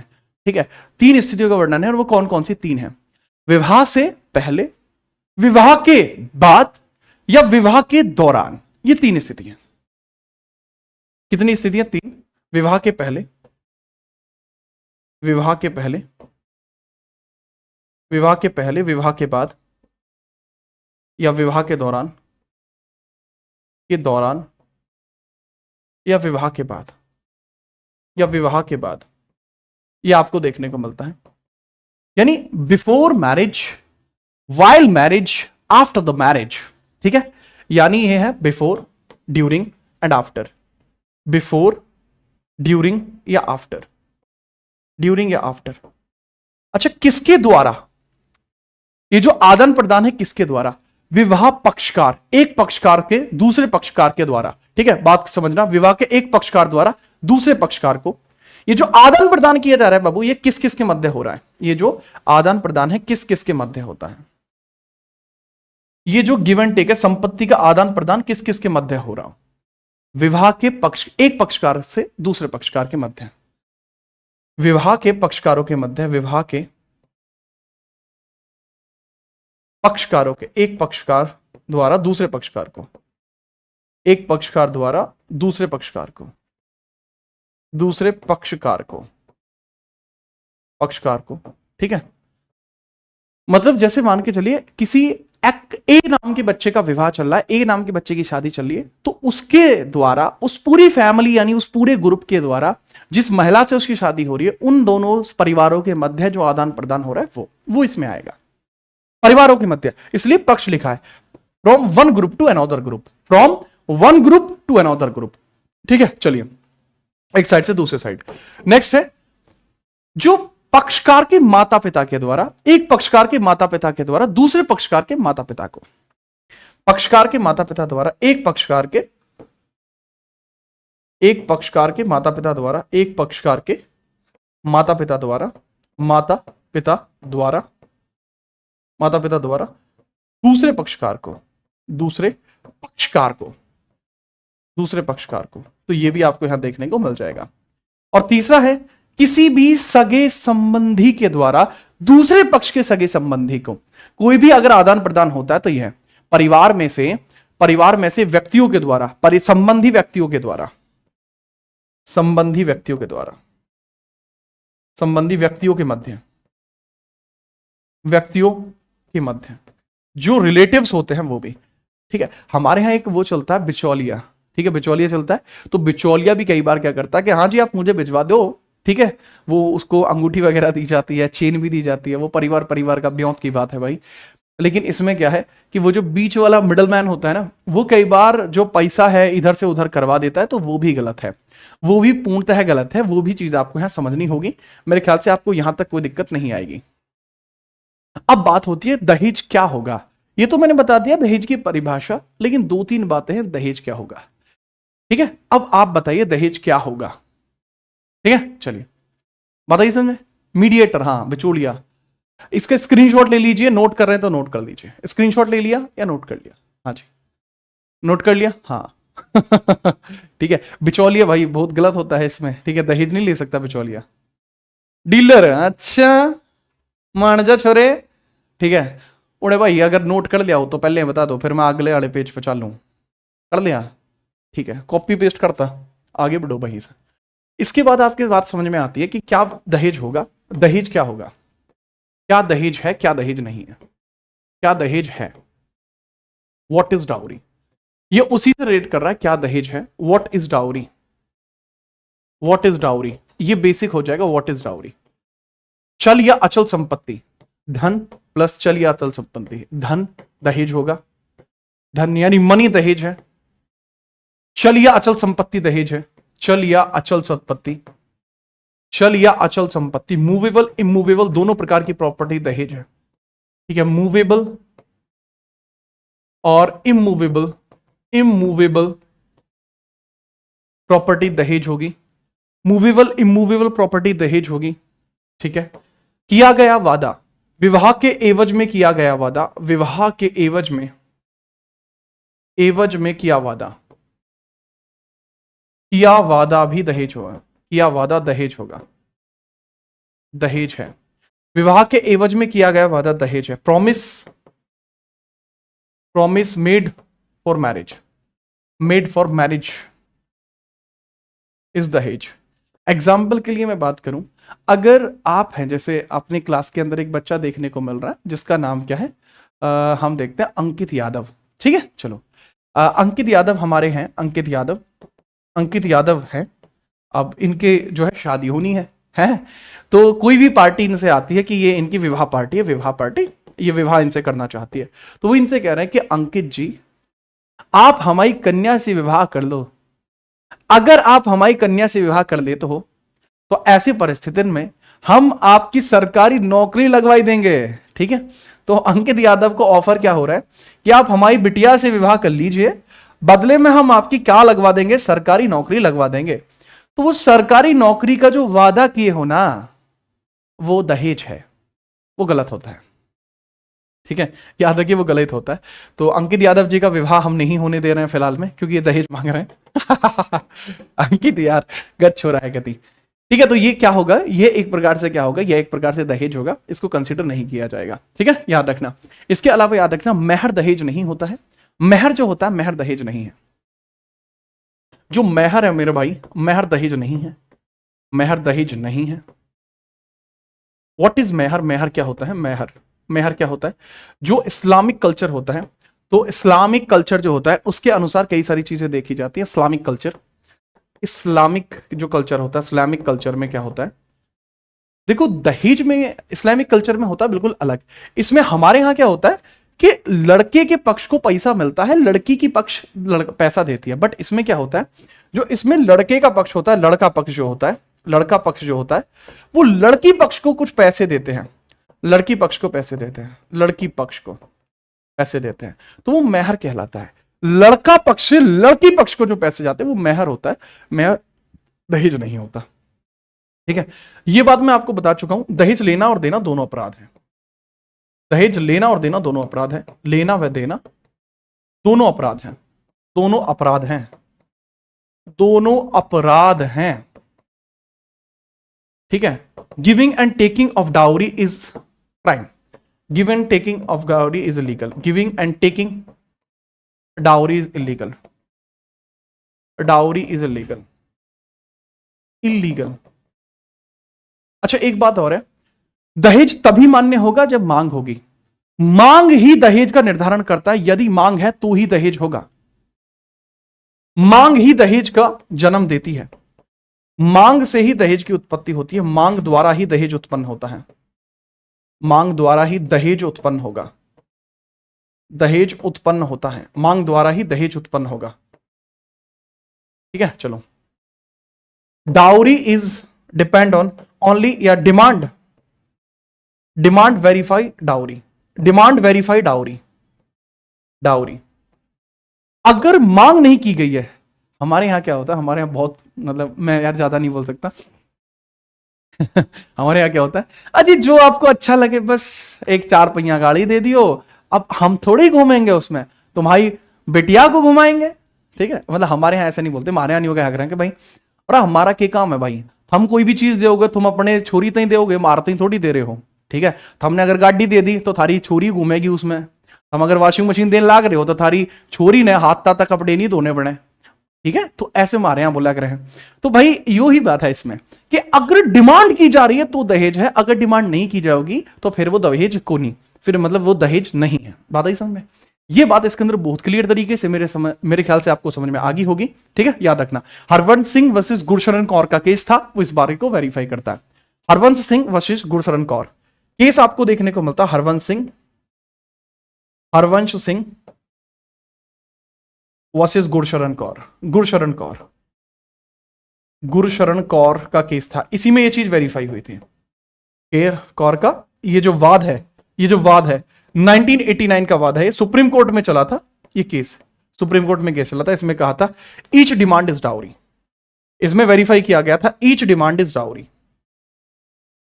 ईच डिमांड इज डाउरी, प्रत्येक मांग एक डाउरी है, प्रत्येक मांग एक डाउरी है, ये इसमें कहा गया था। ठीक है, चलिए अब ये बात बहुत क्लियर है, मेरे ख्याल से आपको कोई दिक्कत नहीं आई होगी। अगर यह आप सर्टिफाई कर चुके हैं तो फिर हम आगे बढ़ते हैं, अगले सेक्शन की तरफ बढ़ते हैं। अगले सेक्शन की तरफ हम बढ़ते हैं बिना परेशानी के। ठीक है, चलिए दहेज अगर आप ले लेते हैं, दहेज के लिए शास्ति कितनी होगी, पनिशमेंट कितना होगा, उसकी बात करते हैं ताबड़तोड़ तरीके से। दहेज के लिए शास्ति, इसका स्क्रीनशॉट लेना चाहिए, स्क्रीनशॉट ले सकते हैं, आपको ये पीडीएफ भी मिल जाएगी। ठीक है, चलो सेक्शन 3 की बात करते हैं, दहेज के लिए शास्ति। फटाफट आप बताइए कितनी शास्ति होगी दहेज के लिए शास्ति, आप फटाफट बता दीजिए बाबूजी, दहेज के लिए शास्ति कितनी होगी? शास्ति बताएं, दहेज के लिए शास्ति कितनी होगी, पनिशमेंट कितना होगा? पनिशमेंट कितना होगा? पनिशमेंट सर, दहेज के लिए जो पनिशमेंट होगा वो कितना होगा? 2 लेवल पर आप इस पनिशमेंट को देख सकते हैं। कारावास कितनी होगी, जो सजा होगी वो 5 वर्ष से कम नहीं होगी, और फाइन 15,000 तक हो सकता है। सजा या कारावास, सजा कारावास, ठीक है, सजा या कारावास कितनी हो सकती है? यह इसमें सर्टिफाई किया गया है कि सजा हो सकती है नॉट बिलो 5 ईयर्स, 5 वर्ष से कम नहीं होगी। ठीक है, 5 वर्ष से आपको कम नहीं होगी, फटाफट याद रखिएगा, 5 वर्ष से कम नहीं, और फाइन 15,000 तक, फाइन 15,000 तक इसके अंतर्गत हो सकता है। मुझे नहीं लगता कि इसमें आपको कोई भी दिक्कत होगी, मुझे नहीं लगता कि इसके अंदर आपको कोई भी दिक्कत होगी, याद रखना। ठीक है, चलो बहुत बेहतरीन तरीके से याद रखना, न्यूनतम 5 वर्ष की सजा है। ठीक है, 5 वर्ष सजा दे रखी है, और जो फाइन दिया हुआ है, जुर्माना दिया हुआ है, जुर्माना अप टू 15,000 फाइन, ये जेल है, ये फाइन है, फाइन है अप टू 15,000, या दोनों, या 15,000 या दोनों इसमें हो सकती हैं। 5 वर्ष तक की सजा है, 15,000 तक का जुर्माना है, प्लस इसमें यह भी लिखा हुआ है और जितना भी डाउरी दिया गया और डाउरी, या फिर जितना भी दहेज दिया हुआ है वो सारा फाइन में ले लिया जाएगा। जितना भी दिया हुआ दहेज है वो भी डाउरी में लिया जा सकता है। ठीक है, याद रखना, बहुत बढ़िया, बिना किसी परेशानी के।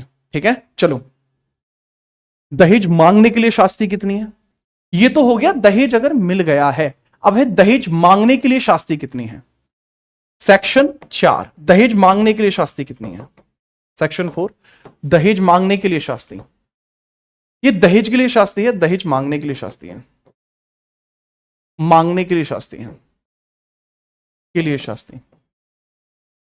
इन दोनों में कितना फर्क है? शास्ति, दोनों में फर्क क्या बचे? दोनों में फर्क को समझिएगा कि दहेज के लिए शास्ति वहां डाउरी फॉर, ठीक है, पनिशमेंट फॉर डाउरी है, this is punishment for dowry, यानी आपको दहेज मिल गया है।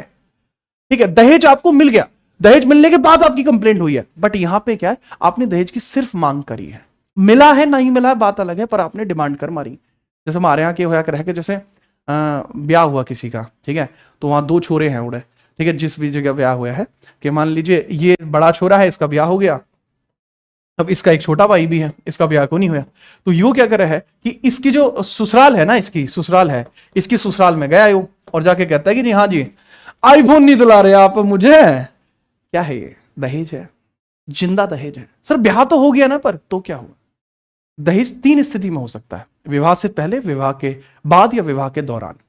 तो अगर आपका कोई छोटा भाई है तो सावधान रहें, सतर्क रहें। इस प्रकार से अगर उन्होंने कंप्लेंट दर्ज करा दी तो ये तो हंसेंगे ही हंसेंगे, साथ में तुम भी हंसोगे। ठीक है, इस बात का विशेष ध्यान रखें। ठीक है, क्या हाल है शिवराज? ठीक है, इसको बहुत ध्यान से आप इसको नोट करेंगे। दहेज मांगने के लिए शास्ति कितनी है इसमें? कौन सा? हाँ, हाँ ठीक है। कारावास कितनी हो सकती है, जेल कितनी हो सकती है, इसमें ये समझना। जेल हो सकती है 6 वर्ष से लेके 2 वर्ष तक, 6 माह से लेके 2 वर्ष तक, 6 माह से लेके 2 इयर्स तक हो सकती है। 6 माह से लेके 2 वर्ष तक की सजा का प्रावधान इसमें किया गया है। याद रखिएगा इसके अलावा जो जुर्माना है, जुर्माना 10,000 तक किया गया है, 10,000 अप टू 10,000 तक आपको किया गया है जुर्माना। जो फाइन है, ठीक है, दैट इज अप टू 10,000, 10 के। दहेज अप टू 10,000 इसमें किया हुआ है। दिस इज दहेज मांगने के लिए शास्ति, तो इसको क्या कह सकते हैं, punishment for demand, punishment for dowry demand, punishment for dowry demand, dowry demand, dowry की डिमांड के लिए किया गया पनिशमेंट है। ठीक है, सेक्शन 4। अब सेक्शन 4A होता है विज्ञापन पर रोक है, आप विज्ञापन भी नहीं कर सकते। 4A जो होता है वो विज्ञापन के ऊपर रोक है, आप विज्ञापन भी नहीं कर सकते, वो 4A में बताया गया है। प्रोहिबिशन ऑफ डाउरी एडवर्टाइजमेंट, वो भी रोक है। सेक्शन 4A, सेक्शन 4A इसको बोलते दहेज, दहेज का जो विज्ञापन है, दहेज विज्ञापन पर रोक, विज्ञापन पर रोक, विज्ञापन पर रोक। अच्छा मान के चलिए कि आप हैं, ठीक है, आप, मुझे एग्जांपल लेना पड़ेगा। Let's suppose take an example, हमारी क्लास में एक जो है शाल्वी नाम की एक जो है महिला है, मतलब एक लड़की है शाल्वी, ठीक है। अब शाल्वी की शादी होनी है, शाल्वी के जो पिताजी हैं वो क्या करते हैं वो कहते हैं कि हम शाल्वी का विवाह करना चाहते हैं, जो शाल्वी से विवाह करेगा, बंद कर ले उड़े किस जाओ है, अच्छा, कि जो शाल्वी से विवाह करेगा हम क्या करेंगे, अपनी कंपनी का सीईओ बना देंगे उसे। तो मतलब वो न्यूज़पेपर में इस बात को निकलवा रहा है कि जो शाल्वी से विवाह करेंगे उनको हम क्या कर देंगे, उनको हम अपनी कंपनी का सीईओ बना देंगे। तो वो गलत है, ठीक है, वो गलत है, ऐसा नहीं हो सकता, ठीक है। ऐसा करते हैं तो ये अपराध है, तो आप इस चीज को लिखिएगा। दहेज के विज्ञापन पर रोक लगाई गई है, ठीक है, इसको कहते हैं prohibition of, prohibition of dowry advertisement. Dowry का एडवर्टाइजमेंट आप नहीं कर सकते, एडवर्टाइजमेंट आप नहीं कर सकते। अच्छा एक बात और, डाउरी का एडवर्टाइजमेंट एक और होता है। अच्छा ये हमारे यहाँ की प्रथा है बट वो गलत होती है। हमारे यहाँ क्या होता है कई बार कि जैसे किसी के घर में दहेज आता है तो ऐसे रैपर सा लेते हैं, हाँ जी एक स्प्लेंडर मोटरसाइकिल है, एक ड्रेसिंग टेबल है, और इसको 4 भैंस मिली हैं, इतने बीघे जमीन है, ठीक है, और इतने बर्तन हैं, सास ससुर के कपड़े हैं, ठीक है। वो जो होता है दैट इज एडवर्टाइजमेंट बॉय, वो भी गलत है, वो चीज भी गलत है, वो भी नहीं होना चाहिए, वो भी एक तरीके से एडवर्टाइजमेंट होता है। ऐसे आप क्या कर रहे हैं, आप दहेज को बढ़ावा दे रहे हैं, आप समाज में इस चीज को कर रहे हैं, ठीक है। याद रखना बहुत इंपॉर्टेंट चीज आपको यहां देखने को मिलती है, आप इस प्रकार से बढ़ावा दे रहे हैं, वो चीज गलत होगी। इसमें जेल कितनी है, जेल 6 माह से लेकर 5 वर्ष तक है, और जो इसमें फाइन है वो 15,000 तक का फाइन है। 6 से लेकर 5 वर्ष और 15,000 तक का फाइन है। यह प्रचार किसी भी माध्यम से हो सकता है, ठीक है, याद रखना। तो इसमें कारावास कितना हो सकता है भाई, कारावास, कारावास आपको कितना देखने को मिल सकता है, कारावास यानी जो जेल है वो मैंने बताया 6 माह से लेकर 6 माह से लेकर 6 माह से लेकर जो 5 इयर्स तक हो सकता है, इसमें 5 इयर्स तक हो सकता है। और फाइन कितना हो सकता है इसमें, फाइन फाइन कितना हो सकता है, अप टू 15,000, 15,000 तक का फाइन हो सकता है, ठीक है, याद रखिए। सेक्शन 4 और 4A लिख लीजिए। आगे हम बढ़ते हैं सेक्शन 5 की तरफ। सेक्शन 5 की तरफ बहुत आसान हो जाएगा, सेक्शन 5 तो निरा आसान है, फटाफट। हीरो मैं हीरो होंडा मोटरसाइकिल का ट्रेंड नहीं तोड़ सकते तुम ना, इतना जलवा आज की डेट में या तो योगी जी का है या हीरो होंडा मोटरसाइकिल का, उनका अलग है। और आप क्लास लाइक क्यों नहीं कर रहे हैं, मैं ये मानूंगा कि जो क्लास लाइक नहीं कर रहा है, ठीक है, वो आदमी को किसी को ब्याह में ना बुलाया जाए, आपको दावत भी ना दी जाए, दहेज तो बड़ी बात है, ठीक है। आगे बढ़ो, इसमें आप लिखो धारा 5A, धारा 5 लिखो सीधा, धारा 5, धारा 5 देखो तुम, धारा 5 सेक्शन 5। अब क्वेश्चन करेंगे फिर हम इसके बाद। सेक्शन 5 आप देखिए, सेक्शन 5 में क्या लिखा हुआ है, बहुत प्यार से समझेंगे सेक्शन 5 में क्या लिखा हुआ है, बहुत इंपॉर्टेंटली समझिए। सेक्शन 5 में क्या है, दहेज के संबंध में किए गए जितने भी करार हैं वो शून्य होंगे। दहेज के संबंध में किए गए करार शून्य होंगे, दहेज के संबंध में किए करार शून्य होंगे, संबंध में किए करार, संबंध में किए करार शून्य होंगे, किए करार शून्य होंगे, शून्य होंगे, ठीक है। चलो, accord of dowry will be null and void, accord of dowry will be, accords of dowry will be null and void, dowry will be null and void, will be null and void, null and void. तो जितने भी accords होंगे dowry के वो नल and void होंगे, सीधे तौर पर याद रखना। कैसे होंगे? नल एंड वॉइड आपको देखने को मिल जाएंगे। अब इसके संबंध में ठीक है थोड़े से क्वेश्चन हम लगा लेते हैं जिससे कि आपको थोड़ा समझ में आ जाए। ठीक है, चलिए ये बताइए, बहुत बेहतरीन आपके सवाल सामने फेंक के मारा गया है। कुछ क्वेश्चंस करते हैं, जितने सेक्शन हो चुके हैं इसके बाद बचे हुए सेक्शन करेंगे। आपको पता हो कि आपने क्या पढ़ा है, कम से कम आपको पता हो कि आप पढ़ क्या रहे हैं। तगड़े तरीके से मुझे बताइए, दहेज लेना और दहेज देना, प्रतिषेध अधिनियम 1961 किस धारा के अंतर्गत दंडनीय है? दहेज लेना और दहेज देना। ठीक है, फटाफट बताइए किस धारा के अंतर्गत यह आपका पूर्णतः गलत माना जाएगा? फटाफट बताएं, करेक्ट आंसर इसका क्या होगा? फटाफट बताइए, फटाफट बताइए, बिना परेशानी के। इसमें बच्चे बता रहे हैं सर सेक्शन 3 होगा। ये सेक्शन 4 वाले कौन है? तुम पिट के ही मानोगे क्या? बिना पिटे नहीं मानोगे क्या? और ये कमेंटों में अंगुलियां जम गई क्या? हैं, क्या पढ़े हो फिर इतनी देर में? देखो बाबू, सेक्शन 4 में सिर्फ डिमांड की बात की गई है, डिमांड ऑफ डाउरी की गई है, सिर्फ डिमांड ऑफ डाउरी है, डिमांड ऑफ डाउरी है, केवल दहेज की मांग है, केवल और केवल दहेज की मांग है, दहेज लिया नहीं है। और दहेज की मांग की चर्चा मुझे नहीं लगता कि किसी भी पॉइंट में की गई है। केवल धारा 3 इसका जवाब होगा, केवल धारा 3 इसका जवाब होगा, धारा 4 नहीं हो सकता लल्ला, क्योंकि धारा 4 में दहेज की मांग की जाती है। धारा 6 तो मैं आगे पढ़ाऊंगा, बात हुई? तो इसका आंसर होगा धारा 3 केवल। आगे समझिए, ठीक है, चलिए बताइए, दहेज प्रतिषेध अधिनियम 1961 की किस धारा के अंतर्गत दहेज मांगने के लिए शास्ति का उपबंध है? यानी डिमांड ऑफ डाउरी जो की गई है, डिमांड ऑफ डाउरी है, किस अधिनियम में लिखा हुआ है, किस सेक्शन में लिखा हुआ है?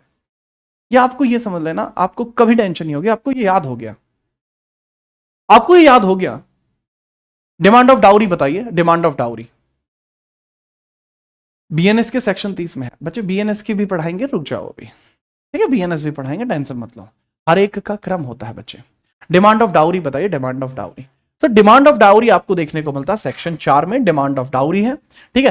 3 के अंदर तो देखा जाएगा तो सर सिर्फ और सिर्फ क्या देखने को मिलता है? सिर्फ कहा जाता है जिसके द्वारा दहेज लिया गया हो, ठीक है, वो इसमें बताया जाता है दहेज लिया गया हो, ठीक है। चलो दहेज 6, धारा 6 में क्या है? धारा 6 अभी मैं बताऊंगा।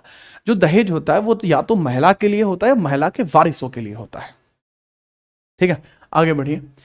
अच्छा ये ओके, कि वधु के माता पिता से अप्रत्यक्ष रूप से दहेज की मांग की दहेज प्रतिशत आती है, ठीक है, बहुत बढ़िया।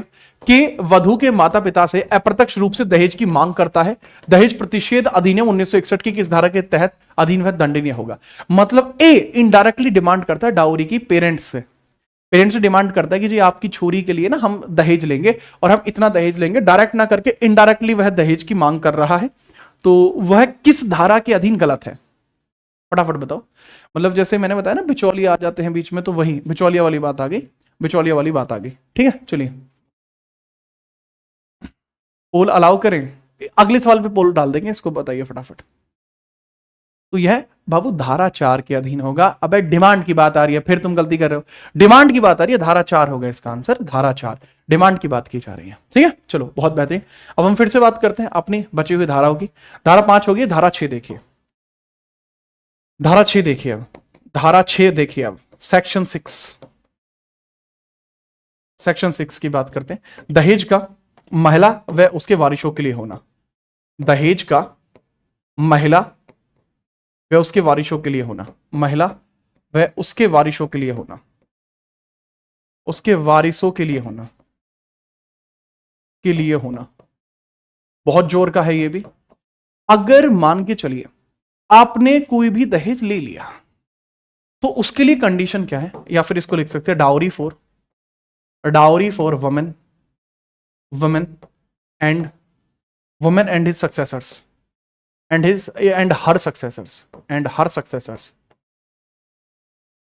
हर सक्सेसर्स कि दहेज जो होगा या तो वो महिला के लिए होगा या उसके वारिसों के लिए होगा।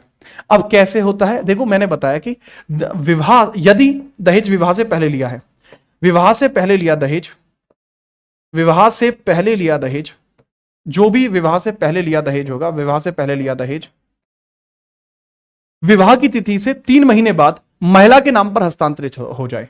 विवाह से पहले लिया दहेज, ठीक है, विवाह तिथि के 3 महीने में, विवाह तिथि से 3 माह में महिला के नाम पे, 3 माह में, ठीक है, महिला को हस्तांतरित हो जाए, महिला को हस्तांतरित हो, हस्तांतरित हो, हस्तांतरित हो जाए, ट्रांसफर हो जाना चाहिए। ठीक है, dowry must be transfer to women. अगर विवाह से पहले लिया है तो विवाह की तिथि से, मान के चलिए आपने ये वाली कार ले ली है विवाह में, लेट सपोज कि आपने ये वाली जो कार है वो विवाह में ले ली है। ठीक है, लेट सपोज आपने ये वाली जो कार है वो विवाह में ले ली है। ठीक है, और ये किसके नाम पे, अगर यह आपके नाम पे है तो विवाह के बाद आपके ऊपर केस बन सकता है। अगर वह उस महिला के नाम पे है जिससे आप विवाहित हैं, उस महिला के नाम पर यह कार दी गई है। ठीक है, फटाफट से आप समझ जाइए कि अगर ऐसा है तो आप बच सकते हैं, अन्यथा मैटर हो सकता है आपके साथ, ये इसमें बताया गया है। ठीक है, लेकिन दूसरा है यदि विवाह में मिला है तो विवाह के 3 महीने बाद। ठीक है, तो सीधी बात है, विवाह में मिलने पर और 3 महीने बाद, 3 माह बाद महिला को हस्तांतरित होना चाहिए, महिला को हस्तांतरित ये किसको दी जानी चाहिए, वो किसके नाम पे होनी चाहिए, यह जो होनी चाहिए। ठीक है, ये किसके नाम पे होनी चाहिए, यह महिला के नाम पे होगी तो केस नहीं बनेगा। ठीक है, महिला के नाम पर होगी तो कोई इसमें इशू नहीं आएगा। अगला सेक्शन 6 में बताया गया है कि भाई, सेक्शन 6 में बताया गया है कि इसका कारण क्या है, क्योंकि दहेज महिला के लाभ के लिए होता है। इसके पीछे कारण क्या है, ठीक है, कारण क्या है, कारण ये है, रीजन है क्योंकि दहेज का प्रयोग महिला के लाभ के लिए हो, दहेज का प्रयोग महिला के लाभ के लिए, दहेज का प्रयोग महिला के लाभ के लिए, महिला के लिए हो।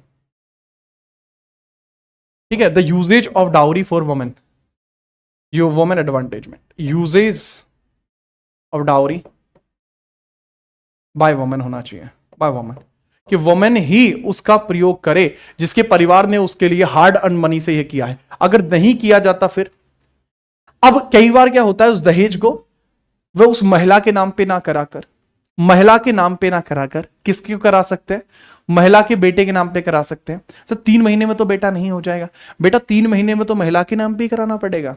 लेकिन बाद में अगर महिला वहां पर घर छोड़ के चली जा रही है या कुछ भी कोई केस भी बन रहा है, तो वो जो दहेज की संपत्ति है या तो वो महिला के नाम पे हो सकती है या फिर महिला के बच्चों के नाम पर हो सकती है। मैंने क्या बताया कि बाबू कि दहेज पर महिला या उसके उत्तराधिकारी का अधिकार है, दहेज पर महिला व उसके बच्चों का अधिकार है, उसके बच्चों का अधिकार है, बच्चों का अधिकार है, अधिकार है। ठीक है, चलो, या तो महिला होगी या उसके सक्सेसर होंगे जो उसके ऊपर अधिकार जमा सकते हैं, और कोई उस पर अधिकार नहीं जमाएगा।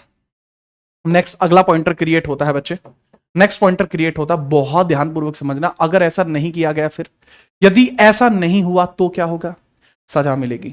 कितनी सजा का प्रावधान इसमें किया गया है भाई, मिनिमम इसके अंदर सजा जो है 6 महीने, मिनिमम सजा 6 महीने या फिर 2 साल। सजा कारावास कितनी है, कारावास, सजा का प्रावधान कितना है, शास्ति कितनी है इस पर, शास्ति कितनी है, शास्ति यानी पनिशमेंट कितना है। अगर ऐसा नहीं हुआ फिर क्या है, पनिशमेंट कितना है, यानी जेल। देखो बाबू, जेल 6 माह से लेके 6 मंथ से लेके 2 ईयर्स तक की है।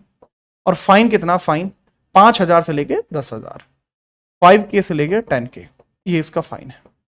5K से लेके आपका 10K इसके अंदर आपको फाइन देखने को मिलता है। ठीक है, चलो, बहुत बेहतरीन, मजा आ गया।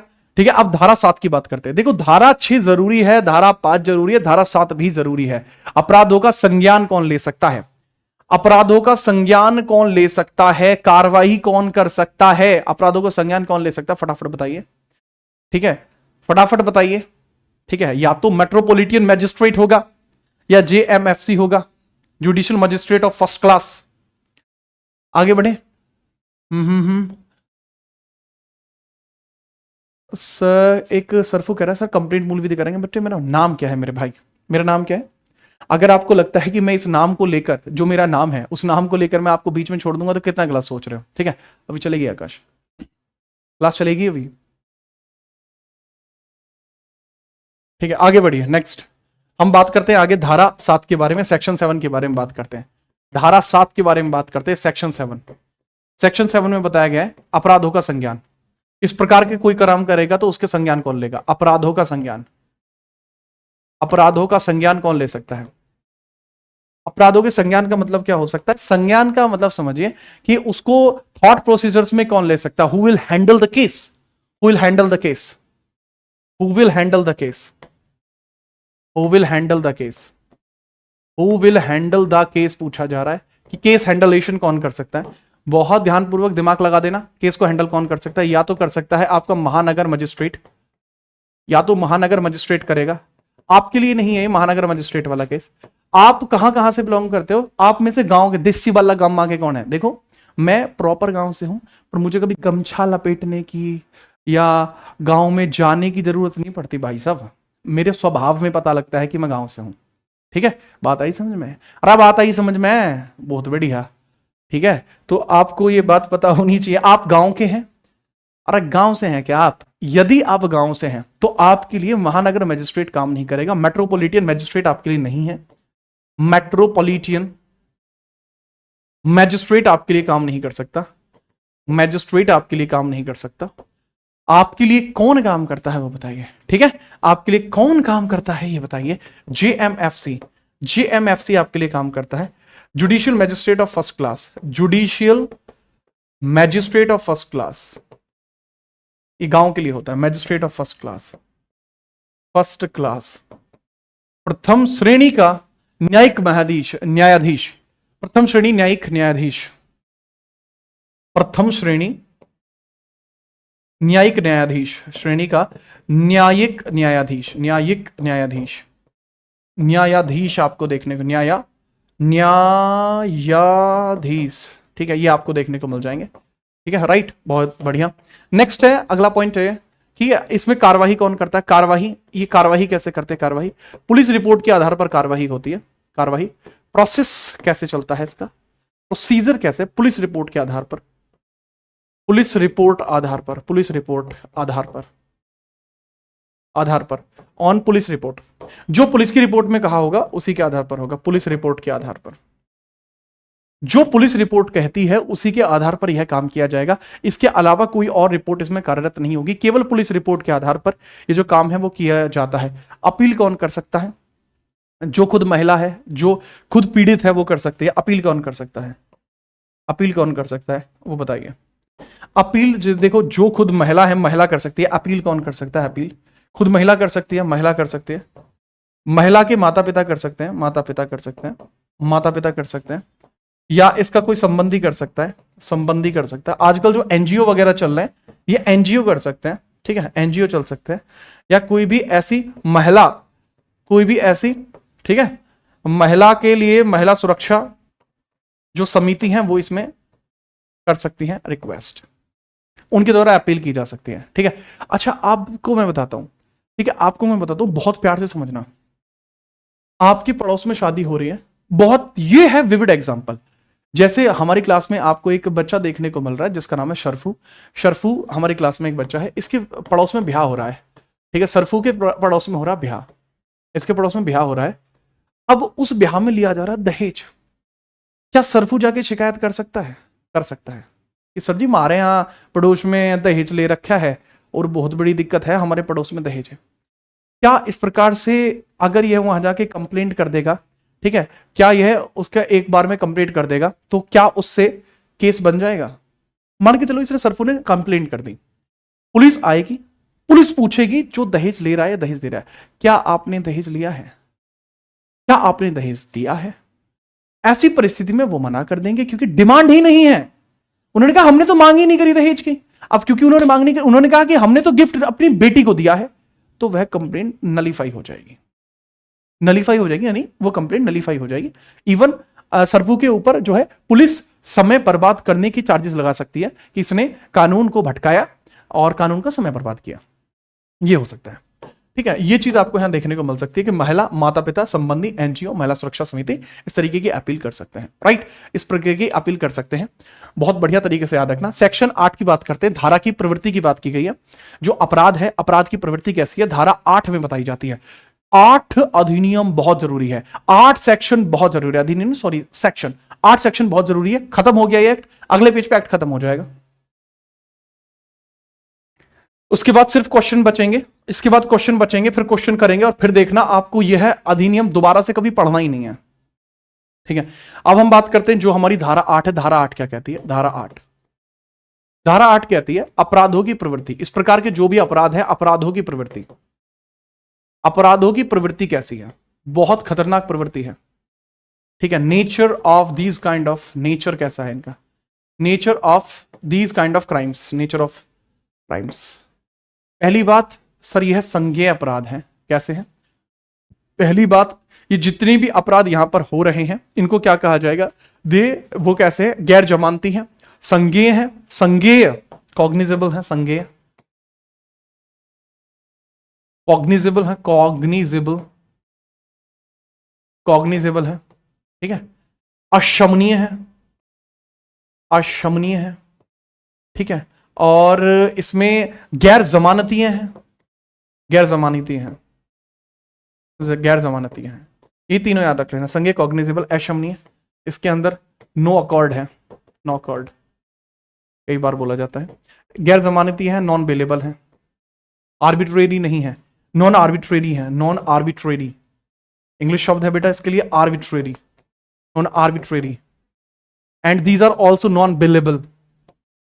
इसमें बेल नहीं मिल सकती आपको, कोई जमानत नहीं मिलेगी इसमें, ठीक है। अब इसका मतलब क्या है?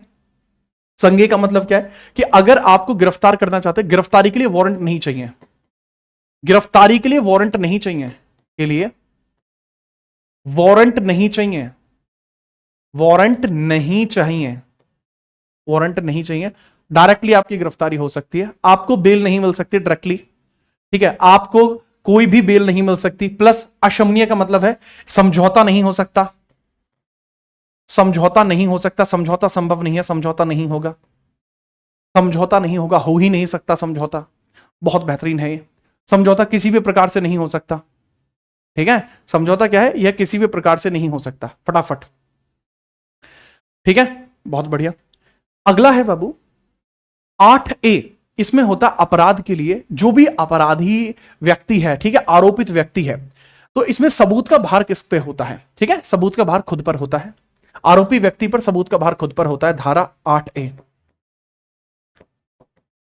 ठीक है। धारा 3 व 4 में आरोपित व्यक्ति पर सबूत का भार स्वयं पर होता है।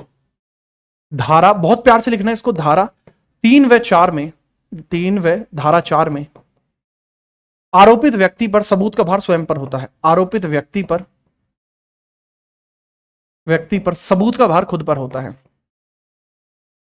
सबूत का भार स्वयं पर होता है। ये क्या लिख दिया सर आपने? बहुत ध्यान से समझना, क्या लिख दिया मैंने। यह आरोपी पर सबूत का भार क्या होता है सर? लेट सपोज कल को अगर आपको आरोपी घोषित कर दिया जाए, देखो आरोपी और अपराधी दो फर्क है बच्चे। आरोपी का मतलब है कि आप आगे चल के अपराधी भी हो सकते हैं, आपको मतलब दोष मुक्ति भी दी जा सकती है। आरोपी का मतलब क्या है? ठीक है, अक्यूज पर्सन है, ठीक है। चलो इसको इंग्लिश में कैसे लिखेंगे? Accused person under section 3 and 4 will be self-responsible for proof, will be self-responsible for acquittance, responsible for acquittance, acquittance, खुद वो एक्विटेंस के लिए खुद जिम्मेदार होगा। जो इंग्लिश वाले बच्चे, मैं मान के चल रहा हूं कि तुम्हें इंग्लिश आती है, राइट? तभी तो तुम्हें इंग्लिश चाहिए। हिंदी वाले बच्चों को मैं हिंदी में बता ही रहा हूं, ठीक है। एक्विडेंस का मतलब क्या होता है? दोष मुक्ति। कि अगर मेरे भाई आपके ऊपर आरोप लग गए हैं तो यह आपकी जिम्मेदारी है कि आप अपने आप को दोष मुक्त साबित करें। आप उनको प्रूफ दें कि देखो जी मैंने तो इसको कोई डिमांड ही नहीं करी, ये झूठ बोल रहे हैं, डिमांड ही नहीं करी, ठीक है, डिमांड ही नहीं करी। ये सारी बात आती है। धारा 8B में क्या है? फटाफट बताओ 8B में क्या है? इसके अंदर एक व्यक्ति होता है जो डाउरी प्रोहिबिशन ऑफिसर होता है, डीपीओ की बात की जा रही है। दहेज प्रतिषेध अधिकारी की नियुक्ति की बात की जा रही है, डीपीओ। तो डीपीओ की बात की जाती है, दहेज प्रतिषेध अधिकारी की नियुक्ति, दहेज प्रतिषेध अधिकारी की नियुक्ति। अधिकारी की नियुक्ति कौन करता है? राज्य करता है, अधिकारी की नियुक्ति। इसके अंदर बताया गया डीपीओ की नियुक्ति। डीपीओ की नियुक्ति की बात की जा रही है, appointment of DPO. Appointment of DPO. इस डीपीओ का काम क्या होता है? डीपीओ का काम क्या होता है? वो दहेज को रोकना। जैसे भी दहेज चल रहा है, जहां भी दहेज चल रहा है, उसको रोकना।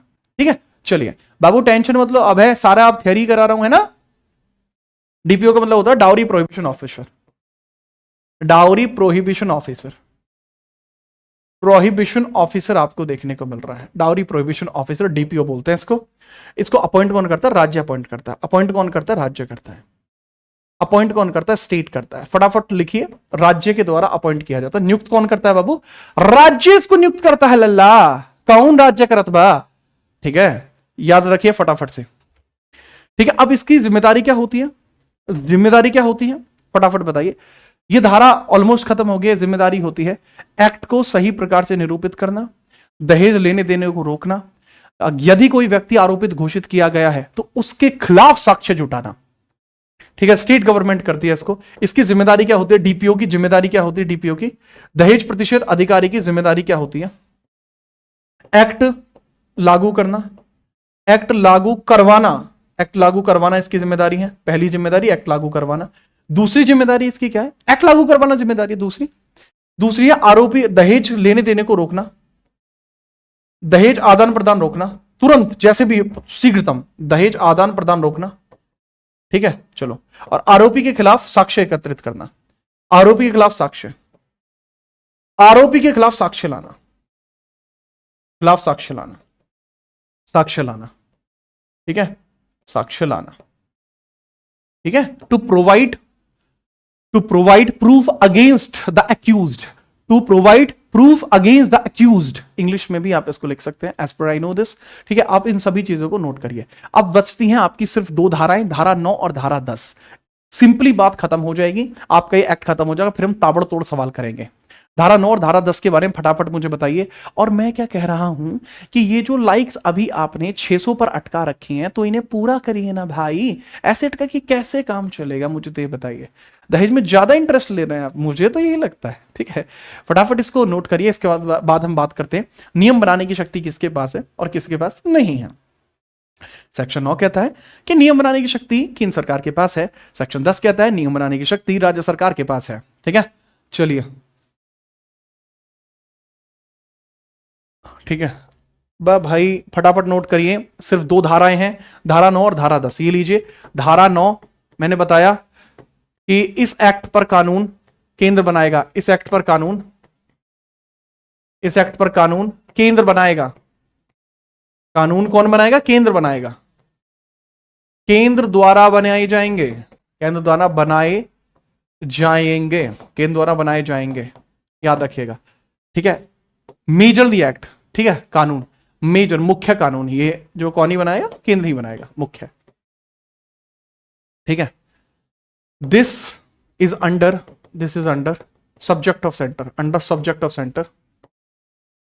सेंटर कि केंद्र इस पर कानून बनाएगा। बट धारा 10 में क्या लिखा हुआ है? कुछ कानून राज्य भी बना सकता है। धारा 10 में क्या लिखा हुआ है? कुछ कानून राज्य भी बना सकता है। इस एक्ट पर कुछ कानून राज्य द्वारा, इस एक्ट पर कुछ कानून, इस एक्ट पर कुछ कानून राज्य द्वारा,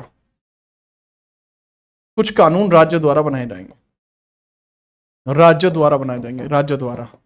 some laws by state, some laws by state, laws by state. बात हुई खत्म, एक्ट हुआ खत्म। क्या आप क्वेश्चन करने के लिए तैयार हैं? कमेंटों में बिजली दौड़ जाए।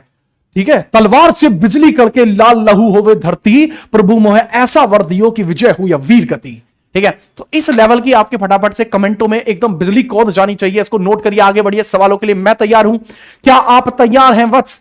फटाफट से बताइए, क्या आप तैयार हैं? क्योंकि आपका तैयार होना अति आवश्यक है। फटाफट से मुझे बता दीजिए, किसी प्रकार की कोई समस्या आपको नहीं होनी चाहिए। फटाफट से बता दीजिए, मुझे नहीं लगता कोई दिक्कत आपको है। नोट कर लीजिए। ठीक है, चलो फटाफट से बात करते हैं। Some laws can be created by the state boy. Yes sir, yes sir, yes sir. कमेंटों में वो बात नहीं है, वो रास नहीं है। ठीक है, फटाफट से बताइए। अगर आप तैयार हैं तो हम आगे बढ़ते हैं। अगर आप तैयार हैं तो हम आगे बढ़ते हैं और देखते हैं आगे मटेरियल क्या है, मटेरियल क्या है, मटेरियल। ठीक है, फटाफट। Yes yes yes yes yes, very good very good very good very good. आगे बढ़ते हैं। नेक्स्ट हम बात करते हैं, ये लीजिए।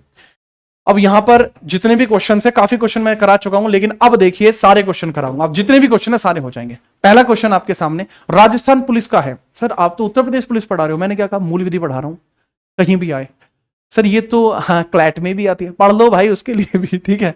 देखो, दहेज निषेध अधिनियम में दहेज से संबंधित कितनी स्थितियों का वर्णन किया गया है, फटाफट बताओ। आपके सामने अगर आप पोल चाहते हैं तो ये रहा, भर के फेंका गया है पोल। आंसर करिए पोल के बारे में, आंसर करिए पोल से, फटाफट बताएं कितनी स्थितियों का वर्णन है। ठीक है, मुझे नहीं लगता कोई दिक्कत होगी। कितनी स्थितियों का वर्णन है सर जी? स्थितियां हैं 3। कितनी है स्थितियां? स्थितियां हैं 3 मार्ट साहब। कौन कौन सी है? विवाह से पहले, विवाह के उपरांत, विवाह के बाद। ठीक है, तो 3 स्थितियां आपको यहां देखने को मिल जाती हैं।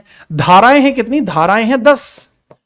धाराएं 10 हैं, स्थितियां 3 हैं, एक्ट एक ही है ये। ठीक है, तो मेजरली जितने भी एस्पिरेंट आंसर कर रहे हैं, अधिकांशतः छात्रों ने लाजवाब ही जवाब दिया है। अच्छा लगा हमें। ठीक है, ताबड़तोड़ जवाब दीजिए। ठीक है, फटाफट आंसर कीजिए। केवल 62% बच्चे ही इसको सही कर पाए, पर कोई बात नहीं, आगे बढ़िए। अगला, दहेज प्रतिषेध अधिनियम 1961 की किस धारा के अंतर्गत दहेज लेने या देने के करार को शून्य घोषित किया गया है? जो भी करार होंगे वो शून्य होंगे। मैंने पढ़ा दिया है, क्यों ही दिमाग लगाने जाए, फटाफट बताओ। देखो, मैंने बताया धारा 3 में क्या बताया गया कि दहेज लेना अपराध है, धारा 4 में दहेज की मांग करना अपराध है, धारा 5 में किया गया करार जो है ना सर, करार तो बेकरार भी होते हैं, नहीं वो वाला बेकरार नहीं, करार, करार अकॉर्ड, संधि, कि हाँ जी आप ब्याह करो तो हम इसके बारे में बात करेंगे, उसके बारे में बात करेंगे, तो वो चीज बताई गई है धारा 5 में बताई गई है। धारा 5 में बताई गई, अंडर सेक्शन 5। करेक्ट आंसर हो जाएगा under section 5, right, that is very good. ठीक है, अगला सवाल है, दहेज प्रतिषेध अधिनियम 1961 की किस धारा के अंतर्गत दहेज का पत्नी या उसके वारिसों के लिए फायदे का होना उपबंधित है? ये लीजिए, इसके लिए भी आपको फेंक के मारा गया है पोल। पोल नहीं, गोल है एकदम। ठीक है, चलिए फटाफट से आप इसमें भी जवाब दीजिए कि क्या इसका जवाब होना चाहिए। ये रहा पोल फिर से ये रहा पोल फिर से, फटाफट बताइए कि जो भी दहेज होगा वो महिला जो है या तो उसके लिए होगा या उसके बच्चों के लिए होगा। दहेज का जो यूजेज है वो डायरेक्टली नहीं कर सकते। मैंने आपको एग्जांपल भी दिया था कि मेरे भाई ये लीजिए, let suppose that is any car, कि ये कोई भी कार आपको देखने को मिलती है।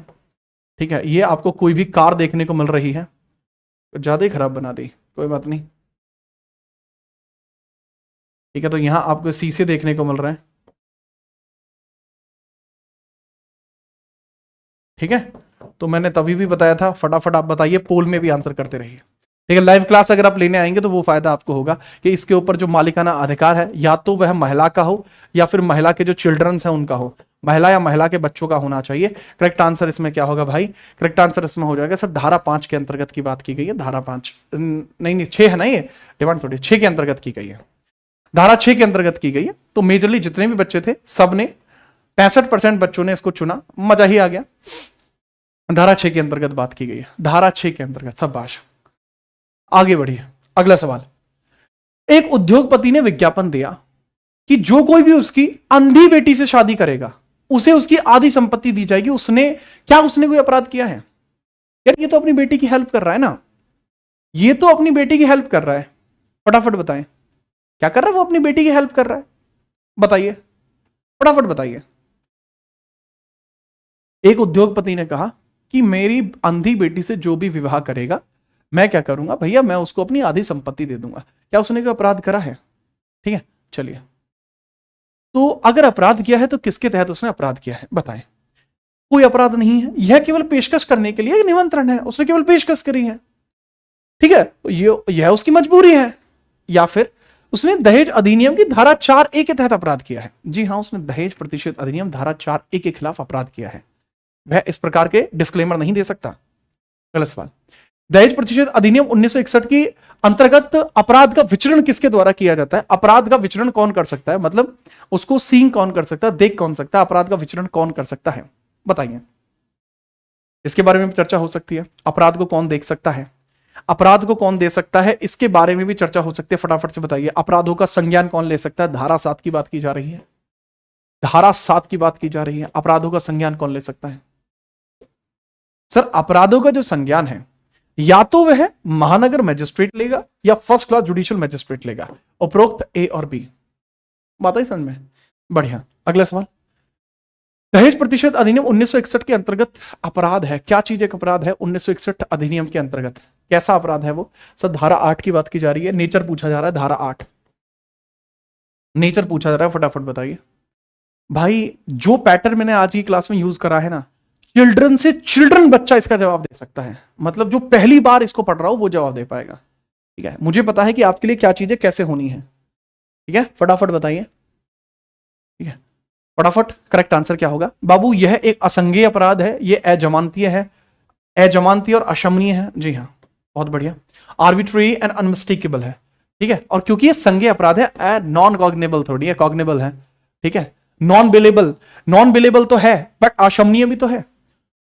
अबे सी ज्यादा सही नहीं है, ये देखो बी सही है पर सी ज्यादा सही है। अच्छा, करंट अफेयर्स में कितने बच्चों को इशू आ रहा है? करंट अफेयर्स वाले बच्चे भी बता दो एक बार, आपकी परेशानी को भी दूर कर देता हूं। आगे बढ़िए, नेक्स्ट। डाउरी प्रोहिबिशन अधिकारी की नियुक्ति कौन करता है? जो डाउरी प्रोहिबिशन एक्ट होता है उसकी नियुक्ति कौन करता है? जो डाउरी प्रोहिबिशन एक्ट होता है उसकी नियुक्ति किसके द्वारा की जाती है? जो डाउरी प्रोहिबिशन ऑफिसर होता है, नियुक्ति कौन करता है? बहुत आसान सवाल है सर, 8B है ये, 8B, सेक्शन 8B है ये, सेक्शन 8B आपको देखने को मिलता है। ठीक है, मुझे आ रही है, जिस जिसको आ रही है मैं बता दूं, कल आपकी करंट अफेयर की भी क्लास है, जितने भी बच्चे हैं कल आपकी करंट अफेयर की क्लास है सुबह 11 ही बजे, जो टाइम आज का था। जितने बच्चे आज उपस्थित हो, कल भी इतने ही बच्चे उपस्थित होना, माहौल काट के रखना है इस बार। ठीक है, चलिए अगर मैं बात करूं, दहेज प्रतिषेध अधिकारी की नियुक्ति किसके द्वारा की जाती है? सर राज्य सरकार के द्वारा यह जो नियुक्ति है की जाती है, बाय द स्टेट गवर्नमेंट। किसके द्वारा? स्टेट गवर्नमेंट के द्वारा नियुक्ति की जाती है, डी, स्टेट गवर्नमेंट। अगला सवाल, दहेज लेना व देना किस विधि के अंतर्गत अपराध है? बताइए। सर दहेज प्रतिषेध अधिनियम के अंतर्गत यह अपराध है। ऑब्वियस है यार, बहुत कॉमन सवाल था। ठीक है, अगला सवाल हम देखते हैं, आज की क्लास का यह अंतिम सवाल है। ठीक है, चलो। दहेज प्रतिषेध अधिनियम 1961 के अंतर्गत दहेज शब्द से सम्मिलित है, क्या चीज सम्मिलित है बताइए? मुस्लिम पति द्वारा अपनी पत्नी को दिया गया मेहर, वर के भाई के साथ वधु की बहन के विवाह का वादा, नाना नानी द्वारा नाती के जन्म पर दिया उपहार, एक दलित द्वारा अपनी पुत्री को वर के साथ विवाह करने हेतु वर दिया हुआ गया धन। क्या होगा इसमें अपराध? देखो, डाउरी क्या हो सकती है इसमें? आंसर बताइए बच्चे। मेहर जो होता है, मेहर तो डाउरी हो ही नहीं सकती ना, मेहर तो डाउरी हो ही नहीं सकती, मेहर के नॉट बी डाउरी। बट जो दिया गया वादा है, विवाह का जो वादा है वो डाउरी हो सकती है, जो विवाह का वादा है वो डाउरी हो सकती है, राइट? विवाह का वादा ही डाउरी होगी। यह आज की क्लास का अंतिम सवाल था। मेरे ख्याल से अब इस अधिनियम में आपको कोई दिक्कत नहीं होगी। अब अगली क्लास जब आपकी होगी तो उसमें कौन सा अधिनियम पढ़ाया जाए वो कमेंट जरूर कर देना। मैं आपको एक बात का स्पष्टीकरण जरूर दे देता हूं, ये पीडीएफ आपको हमारे टेलीग्राम पर देखने को मिल जाएगी, हमारे टेलीग्राम पर देखने को मिल जाएगी। और अगला अधिनियम आपको कौन सा चाहिए, अधिनियम छांट लीजिए और कमेंट कर देना। क्लास कैसी लगी है बताना जरूर, क्योंकि मैं दोबारा से कह रहा हूं, मैं आपको संपूर्णतः कराऊंगा, लेकिन उसके लिए उम्मीद है कि आप बराबर, आपका जो मतलब कह सकते हैं ना, आपका जो प्यार है वो बराबर बना रहना चाहिए, आपका जो समर्थन है वो बराबर बना रहना चाहिए। चीजें ताबड़तोड़ जैसे आज हुई हैं, हमेशा ताबड़तोड़ ही रहेंगी। चयन की बात है, सही का चयन ही आपको सफलता की सीढ़ी देगा, याद रखना मेरी बात को। ठीक है, तो इसमें से कौन सा अधिनियम नेक्स्ट कराया जाना चाहिए आप कमेंट कर देना, वही अधिनियम नेक्स्ट आपका करा दिया जाएगा। पूर्णतः चीजें कराई जाएंगी, कुछ भी चीज नहीं छुट्टी जाएगी। ठीक है, इस बार आपका जो सिलेक्शन होगा, आपको और मुझे बराबर खुशी होने वाली है। ठीक है, उम्मीद है कि आपको ये चीजें समझ में आई हैं, समझ पाए हैं। अगली क्लास में मुलाकात होगी। अच्छा, जब ये क्लास एंड होगी, जो कि अभी 2 मिनट बाद होगी, तो आप करंट अफेयर्स के जो हमारा चैप्टर कल लगा हुआ है उस पर खुद से रिडायरेक्ट हो जाएंगे। तो जो इवेंट होगा उसको लाइक कर दीजिएगा ताकि कल आपके पास नोटिफिकेशन पहुंच जाए। ठीक है, हर फ्राइडे हर सैटरडे आपकी क्लास आपकी होगी ही होगी, मूल विधि की क्लास। अभी के हिसाब से फ्राइडे और सैटरडे के लिए हमने प्लान करी है। अगर आप कहते हैं कि सर इसे डेली करा दो, तो भैया मैं डेली लगा दूंगा। अभी टाइम कुछ इसी प्रकार का मेरे पास बचा हुआ है, बट अगर आप कहेंगे तो जी हाँ, इसको मैं वीकली नहीं, इसको फिर मैं पूरे वीक में लगा दूंगा। और ताबड़तोड़ क्लास रहेगी, जिस दिन एक क्लास चलेगी एक दिन में एक पूरा का पूरा एक्ट खत्म हो जाएगा। ठीक है, चलिए, तो आज की क्लास ये थी। उम्मीद है कि इस बार आप अपना सिलेक्शन जरूर पक्का करेंगे, और यूपीएसआई के लिए और सब्जेक्ट कौन से चलाए जाए जरूर बताइए। आज के लिए इतना ही, बड़ा अच्छा लगा आपके साथ मिलकर। ठीक है, उम्मीद है कि आप सिलेक्शन जरूर प्राप्त करेंगे। मैं आपके समर्थन में हमेशा से रहा हूं, आगे भी आपके समर्थन में रहूंगा। ठीक है, जय हिंद, वंदे मातरम।